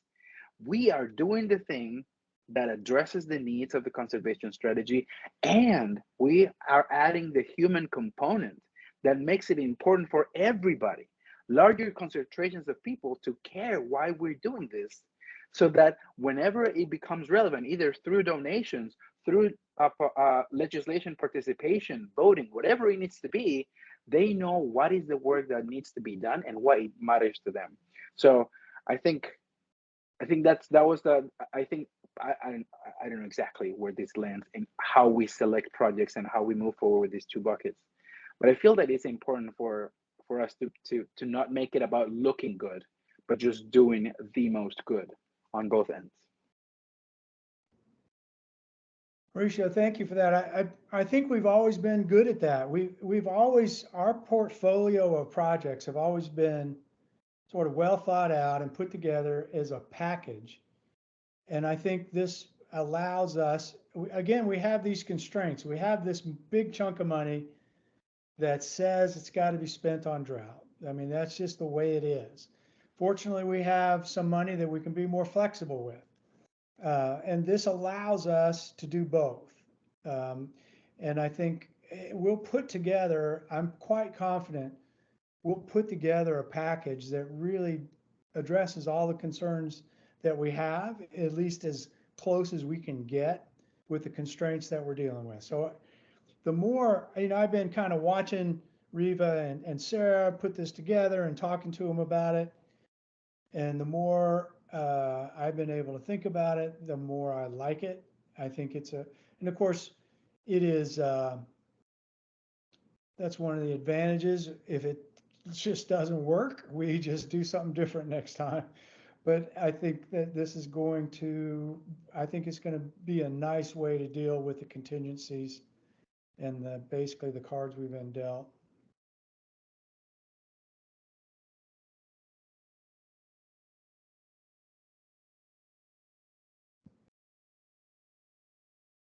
Riva, I think, don't you have a couple more slides that fleshes this out a little bit more? Or is that something we want to do later? Yeah, I just have a few more slides. So this is to show how we've reworked the application to be focused more on objectives, deliverables, and goals. And this is to help streamline the review process a little bit and the contracting process. And then let me interject. Let me interject here. A bunch of you gave feedback on the applications. That was really helpful. Thank you all very much. I think Riva really took that information to heart and tried to incorporate it into some of these updates that she put together. So thank you all. I think Kelly and Mauricio particularly, and maybe some others of you took a look at the applications. So thanks. Yeah, ditto what Carl said. Thank you so much for your time and effort reviewing these applications. Mark Stern as well. He took a great deal of time to do this. Thank you all. And if you do have more comments with the application, feel free to send them my way. And so this is just to show how we've gone into a little bit more detail with measures of outdoor equity to get folks to explain how they're going to be addressing outdoor equity in their projects. In the previous iteration, it was like, maybe simplifying is more like, is this an outdoor equity project? And you'd say yes or no. And this opens it up a little bit to explain why. So. Right. Yeah, I was surprised actually when I saw that that's how it was. And so we had a few members of the committee who actually raised that with me, saying, I think we should just have them explain. So that's why we worked that in there. Hopefully that'll help with the review part as well. So you'll be able to understand more how they're working this outdoor equity into their project. I also think that with this new grant management system that we're going to be using, we have more ability to branch questions. So if you are just a pure science drought related project, you may not get questions about recreation or about how you're bringing outdoor equity. On the other hand, if you're just an outdoor equity project, you might get those more enhanced questions. So the feedback just now, even from Mauricio and from Jane, I think Riva and I can play around with what's possible in that new grant management system so that depending on the type of project you are, it sort of influences the suite of questions that you get instead of everyone trying to fit their square peg into a round hole. Yeah. Yeah, that sounds really good to me. And it's also something I feel like a lot of grantees are used to do. Like the OWeb platform's a lot like that too. Like everything's nested. So you will, land in something or not. Yeah, that makes a lot more sense for us to work in more of those branching questions since we have a diverse set of applicants. And so I feel like we have discussed the funding cap raise, but Chair Wenner, did you want to continue the discussion, put it to a vote? How did you want to move forward with? Why don't we just keep pushing forward? I think we need to have this discussion now, and let's try to finalize this. I think we can do that. It's fresh in our minds, and I think we ought to just move ahead. Okay. And did you want to put it to a vote? I think let's just have a discussion. One of the things, so some of the things we don't have to have an official vote. If we have a consensus, a general consensus, like one of the changes is changing this funding cap. If we can as a committee just say, yeah, we're going to change it. We don't have to make some formal vote. If we have a consensus that this is a good idea, then we can just move ahead with that. So what are the thoughts particularly on that? The idea of raising our cap to 140,000, that doesn't mean you have to ask that much. And in fact, there's verbiage that can say we really are going to favor projects that aren't that high, but you're able to ask for this much. If you can really convince us it's a great project, we can give you up to $140,000. But we can tailor how that is presented. And we talked about why raising the cap to that. It seems a little bit of an arbitrary number, but just to remind you all, 150,000 is like this Rubicon that you cross. There's a whole lot more requirements that we just don't want to go down that road. So that's sort of how we ended up with 140,000. And I feel compelled just in case folks are listening, those DOJ rules literally just changed a week ago, where the cap now for DOJ review of contracts is 250,000. It changed from 150 to 250. So Chair, it's kind of up to you if you want to entertain a different number other than 140, if you want to go to 240, or if you kind of feel like the 50 to 140 is a big enough leap for this committee for now. There's some play. Yeah. Mauricio? Well, I support the idea of bringing, of course, the cap further. And I also feel that it would be probably a good idea not to go further than the 140 for this cycle. Also because I know that we have that 20 maximum number of projects that we could manage on any given cycle. I mean, we'll see. I think 140 sounds fabulous for me at the moment. The only question that I did have, which is a concern that I shared with Sarah, is what I don't want or wouldn't want to happen is that now that we are providing more funds than before, that we get those folks that are really good at applying for grants to be those that take advantage of the larger amount. And I know that is not, I know that in the application, we have places where we can learn about their history and, what partners they've had, how long they've been doing this. And so I guess my question would be is, as we need to separate this into the drought bucket and the base funding bucket, the 140 is exclusively for the drought. How would they, I mean, unless in the RFP is specified that is exactly how they're going to go, that is not, okay. There is going to be a distinction in the copy of the RFP. Okay, great.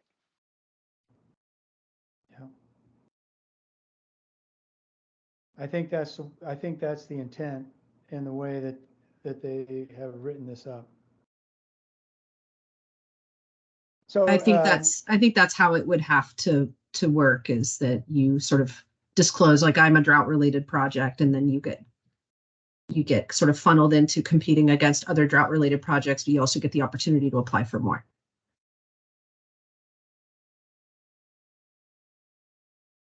So do we have a general consensus on this increasing to 140,000? Does anyone not like that idea? Well, with that, I think we can call this a consensus and say that we're going to do it, that it's going to be 140,000 as we have described it. I'm comfortable with that. All right. Hey, so Carl, what is, yeah. This is Mark, and I apologize. This is Mark. I apologize. I missed the first part of the meeting there. Something came up I had to attend to. But Yeah. I guess the only question I have, as playing keep up in this conversation a little bit, is was there any discussion of limiting the number of $140,000 projects to, one or two, or so that the applicants understand that there's a threshold there? Because I guess my point would be I wouldn't want to see $540,000 projects that eat up most of the money in the RFP cycle. And I apologize if you guys have already gone over that ground. No, we have not. That's a concern, but I think I thought about that myself, and the way I thought of it is, if we have 5 unbelievable, incredible, truly incredible projects for $140,000, we ought to fund them. If we got 2 that are great, let's fund those. If none of the $140,000 are great, then we won't do any of them. I think we should open it up and just see what we got. I'd hate to put a limit on how many $140,000 projects we do, because we don't really know what we're going to see. I think we'll be able to triage those ideas. And again, in kind of like a trial, not a trial, but a draft of the RFP, I think Riva has that to show us. It says, we're offering this $140,000, but it basically is like, it better be a really good project, and we're favoring, the smaller funded projects. Riva, isn't that coming up? I think I remember seeing that in one of the slides. Yeah, so that's in the draft RFP announcement that I sent out with the meeting materials, that that language is there, that we're still prioritizing our, smaller $50,000 less projects. And these drought projects that are up to 140,000 will have enhanced application questions. Yeah, so I think again, these Sarah and Riva really thought this stuff through, and I'm more and more impressed with it as we move along. It's not necessarily going to be perfect, but it'll be good and address many of, as they had collated all those different concerns we'd all brought up, that we ourselves had brought up, and that our applicants had brought up. I think they've spent a lot of time thinking about that and ways to address it. And so I personally am pretty comfortable with the way we're headed. But I definitely want to hear if you're not. Speak up.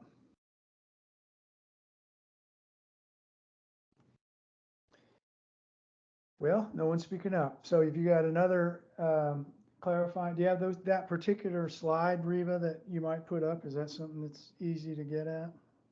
Yeah, can bring that up. I guess I would only have one question. It seemed like also the folks that had said research and monitoring was particularly hard to fund with that cap. I'm assuming if it's research and monitoring around drought, that this cap would still apply to them as well.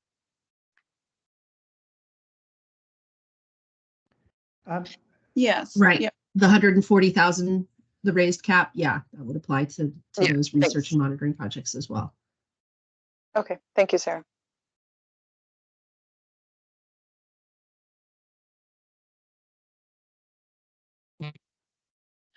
Okay, I'm So gonna, really, the yeah, draft so part.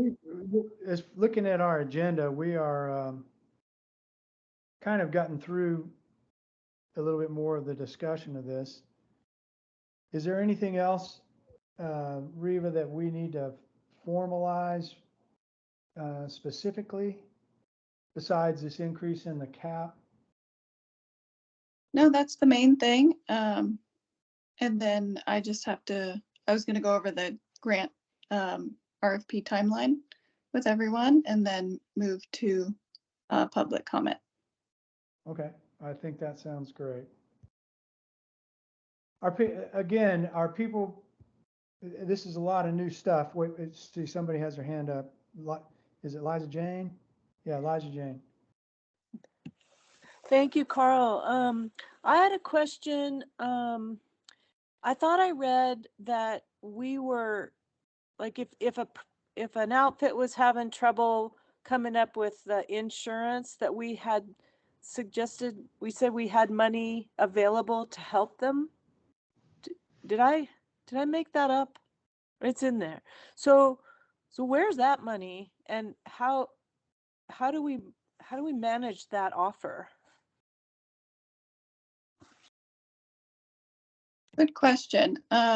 So because we have these state insurance requirements for our grantees, it's recommended that they work that into their budget, usually as indirect costs. So that's what we're recommending. However, there's a few that, you know, they maybe they didn't work it into their budget. They don't have the insurance requirements for general liability or auto. And so then they request that on top of, they just can't work it in. And so they need an extra 1,000 or so to make it work, a couple thousand. And that happens every once in a while. And in the past, I think Charlotte, she brought forth to the commission to approve an extra $8,000 to give out for insurance support for these projects that they weren't able to work it into their budget.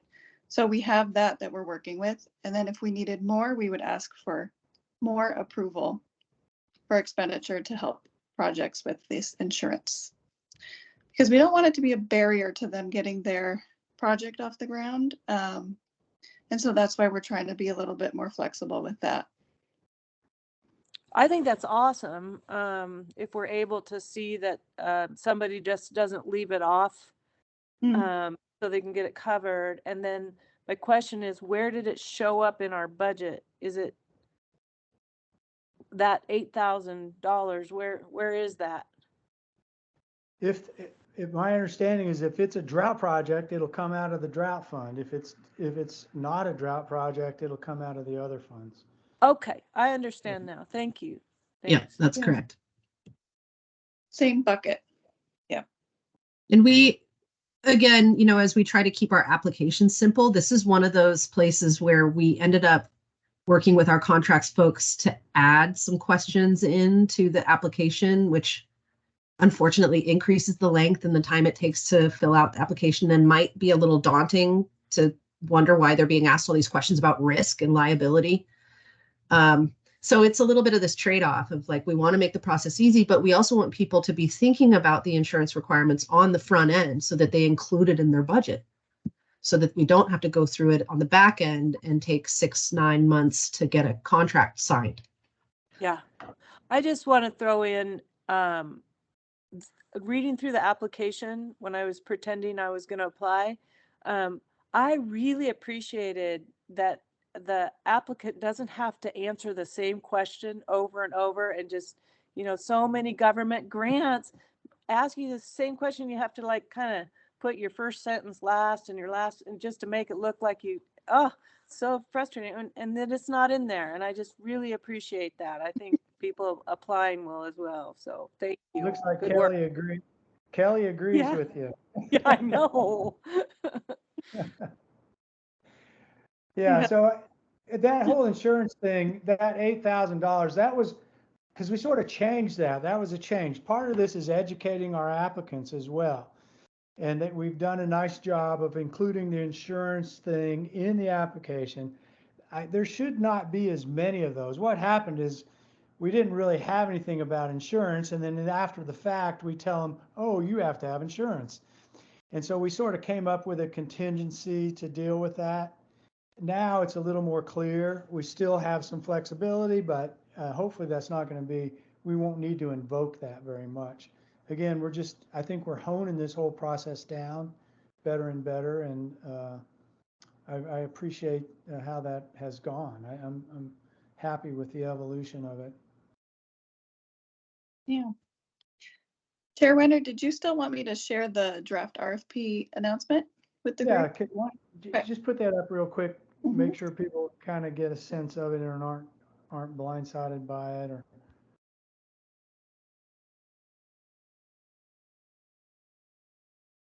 I'm not sure we can read it, but maybe.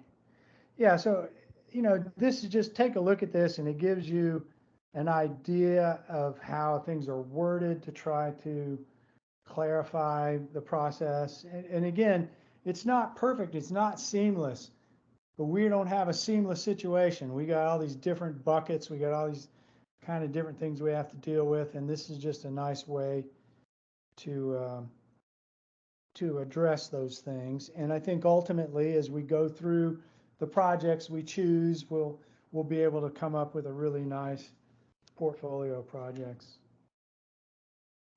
And just to remind everyone, especially because we have many new people here, if you all remember, our very first RFP, it was $5,000 maximum. And we gave out $60,000 and we sweated blood over that. And we evolved to this now. And so we should take some great solace in that, and that we're spending some serious money, and we started, and those projects were awesome. Do you remember those first portfolio projects were just beautiful. And I think we're going to just keep doing it. I think we're going to keep making these great portfolios of wonderful projects. So it's very exciting. So does anyone have any comments or questions about this solicitation, this draft solicitation she put up? Because I think we're getting to the point that we're ready to put this out there. We're going to, this might be a good time, Reva, to put up the timeline.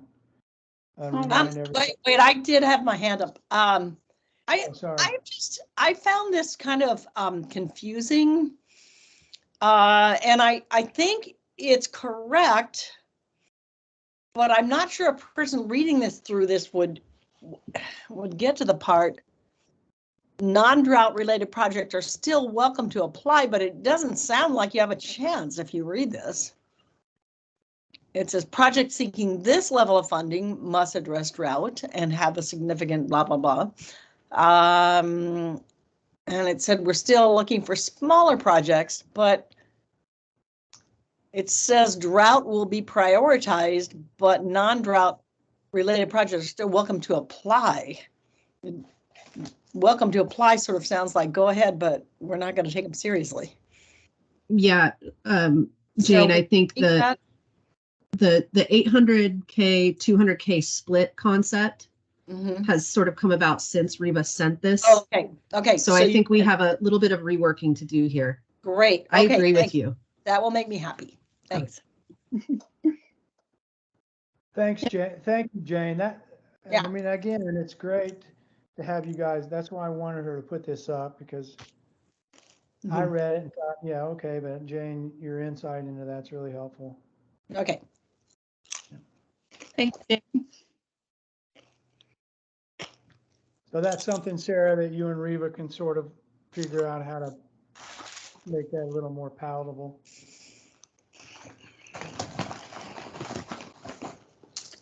All right. Okay. move into the timeline and how this RFP will work, Yeah. timing. Yeah, go ahead and put that up, Reva. Thanks for that comment, Jane.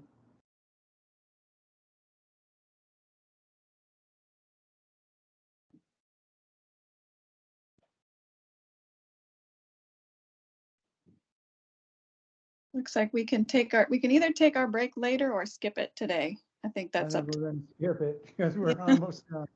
We're almost done. All right, so here's the timeline for how this spring 2024 RFP will work. So we have the site will go live on January 30th. We'll start accepting applications at that time. And we'll have an informational session on February 10th. Week of reminder of grant closure on March 18th. And then the RFP will close on March 26th. And then at that point is when the technical review period will start, and I'll be assigning those through the new fund grant system. And at that time, they'll have about a month for technical review, and of most significance to the board is your review period will start April 25th. And just note, if there are any conflicts of interest when you do get assigned your projects, please let me know and I can rework that if there's any conflicts of interest there. And so then the advisory committee review period runs for about a month. You have until May 23rd to get your reviews in. And then we make our recommendations at our June 4th meeting.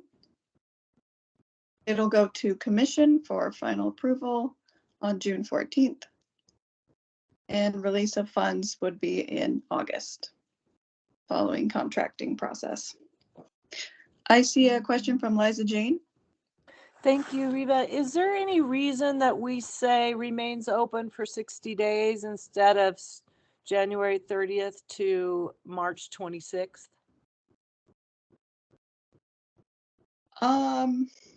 You mean is it confusing that there's both the timeline 60 days and the end date, or? Yeah, and it just if I was gonna plug it into my calendar that I had to have something done by a certain time, it's easier than doing the math on when is 60 days. If there's a reason to use that 60-day time frame, that's cool, but really helpful. I know it says it later, but I'm wondering why we don't just say when it opens and when it ends in one. Oh, right in the beginning of the announcement. I know what you're yeah, it does say that. So we can move that date up to the top, and we don't need to have the that 60 days if that's confusing. Yeah, thank you for the feedback.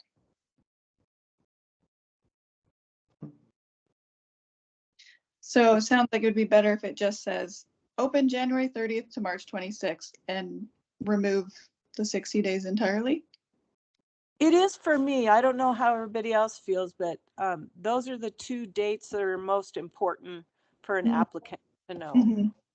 I think you got agreement. You got agreement on that, Reva. So that's a great comment. Okay. Thanks, everyone. Okay, any about the timeline or review process? How that's going to work? Okay, I'm hoping it'll be pretty smooth in the new system. It'll be my first time using it and to assign reviews, but it seems like from my practice with it, it's going to work out pretty well for you all. I've seen how it's going to look for the reviewers, and you'll have the project application will be on the right side of the screen, and then your scoring will be on the left hand. So it'll automatically have both of those in there for you to look at. So I'm going to preemptively thank everyone for putting up with the inevitable headaches that will occur because this is all a brand new system. This is I think our third one. that we've gone through in terms of how we fill out forms. We've done Google Docs, we've done everything. But it sounds like this one, if we can get it to work, it's going to be really nice and efficient. But there will be inevitable hiccups in a learning curve on how to make it work. So I'm thanking you all ahead of time for putting up with it because I know it's going to happen. The nice thing is you have the Private Forest Accord Mitigation Advisory Committee as the guinea pigs. They are currently trying the system out with the 74 grant applications that they received.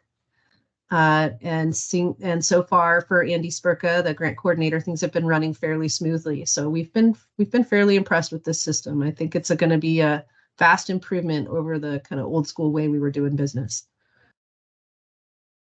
Yeah, you guys have been real troopers with all the different ways that you've had to do the review process. So hopefully we don't have too many quirks, but we'll definitely want to hear your feedback on how it works after we go through it. Someone in the audience just commented that the system was great. Oh, that's great. Application. So that's great. That's good feedback. Yeah. Really clear. Yeah. So just a few program updates to go over real quick before we go into our meeting schedule, upcoming meetings. So the Fondant system is up and running, and it's going to be, I'll be assigning the committee reviews through it, and I believe you'll have to create an account when you go in there. And then again, just wanted to welcome Jim to the group. Thank you, Jim, for joining our committee and representing Northern Basin and Range. Yes, it's been vacant for quite a while, and we're really glad to have you.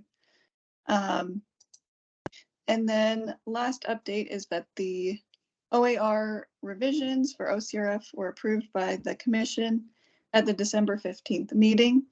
And those should be posted now to the Secretary of State website.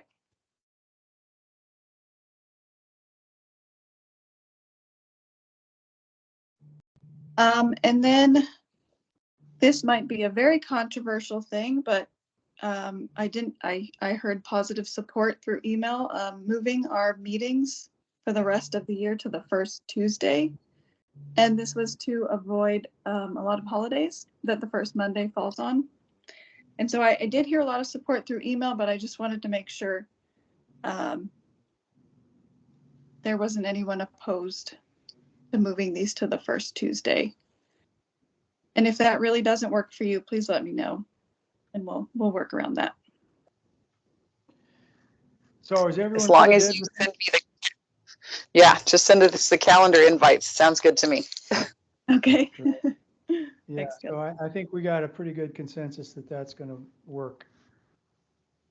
Yep. I heard that folks were not as on board with a Wednesday or a Thursday, so we're going to stick with Tuesday because that was the most supported day. So at our next meeting, just a reminder, we're going to be going over the draft of the strategic plan with Sherilyn. So that's going to be on our agenda for the next one. And then March, we'll probably be doing the review of the final draft of strategic plan and scoring considerations. So that timing is coming out really nicely. We're getting that done, and then we move into assessing this RFP. And so we're kind of back on schedule. I'm really excited about getting some money out the door and reviewing. It's always a pleasure to review these great projects. So yeah, I think this is nice timing. Yeah, thanks everyone. Hope you're ready to get back to reviewing shortly our upcoming RFP. So with that, if Chair Wenner is okay with it, we can open it up to public comment. Yeah, I think it's good to hear that, and then we'll just close after that. So if there's any members of the public that would like to comment, now is the time, and you want to pop something in the chat or just let me know. Now would be the time.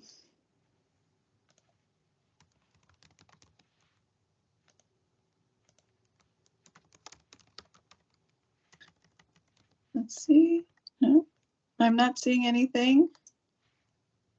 So we can close it for public comment for today. Great. So I think this is great. We got a lot done. I do again want to thank Reva. You did a great job on this, a great job putting things together, and Sarah's input is always so meaningful and useful. You guys really did a wonderful job on this. Thank you. Made it easy for us. I appreciate the committee's thoughts and input. It's just, again, great working with y'all. Does anybody have any parting thoughts? If not, I'm going to go have a cocktail on the deck.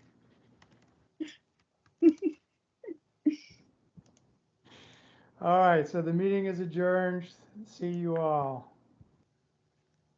Thanks, everyone.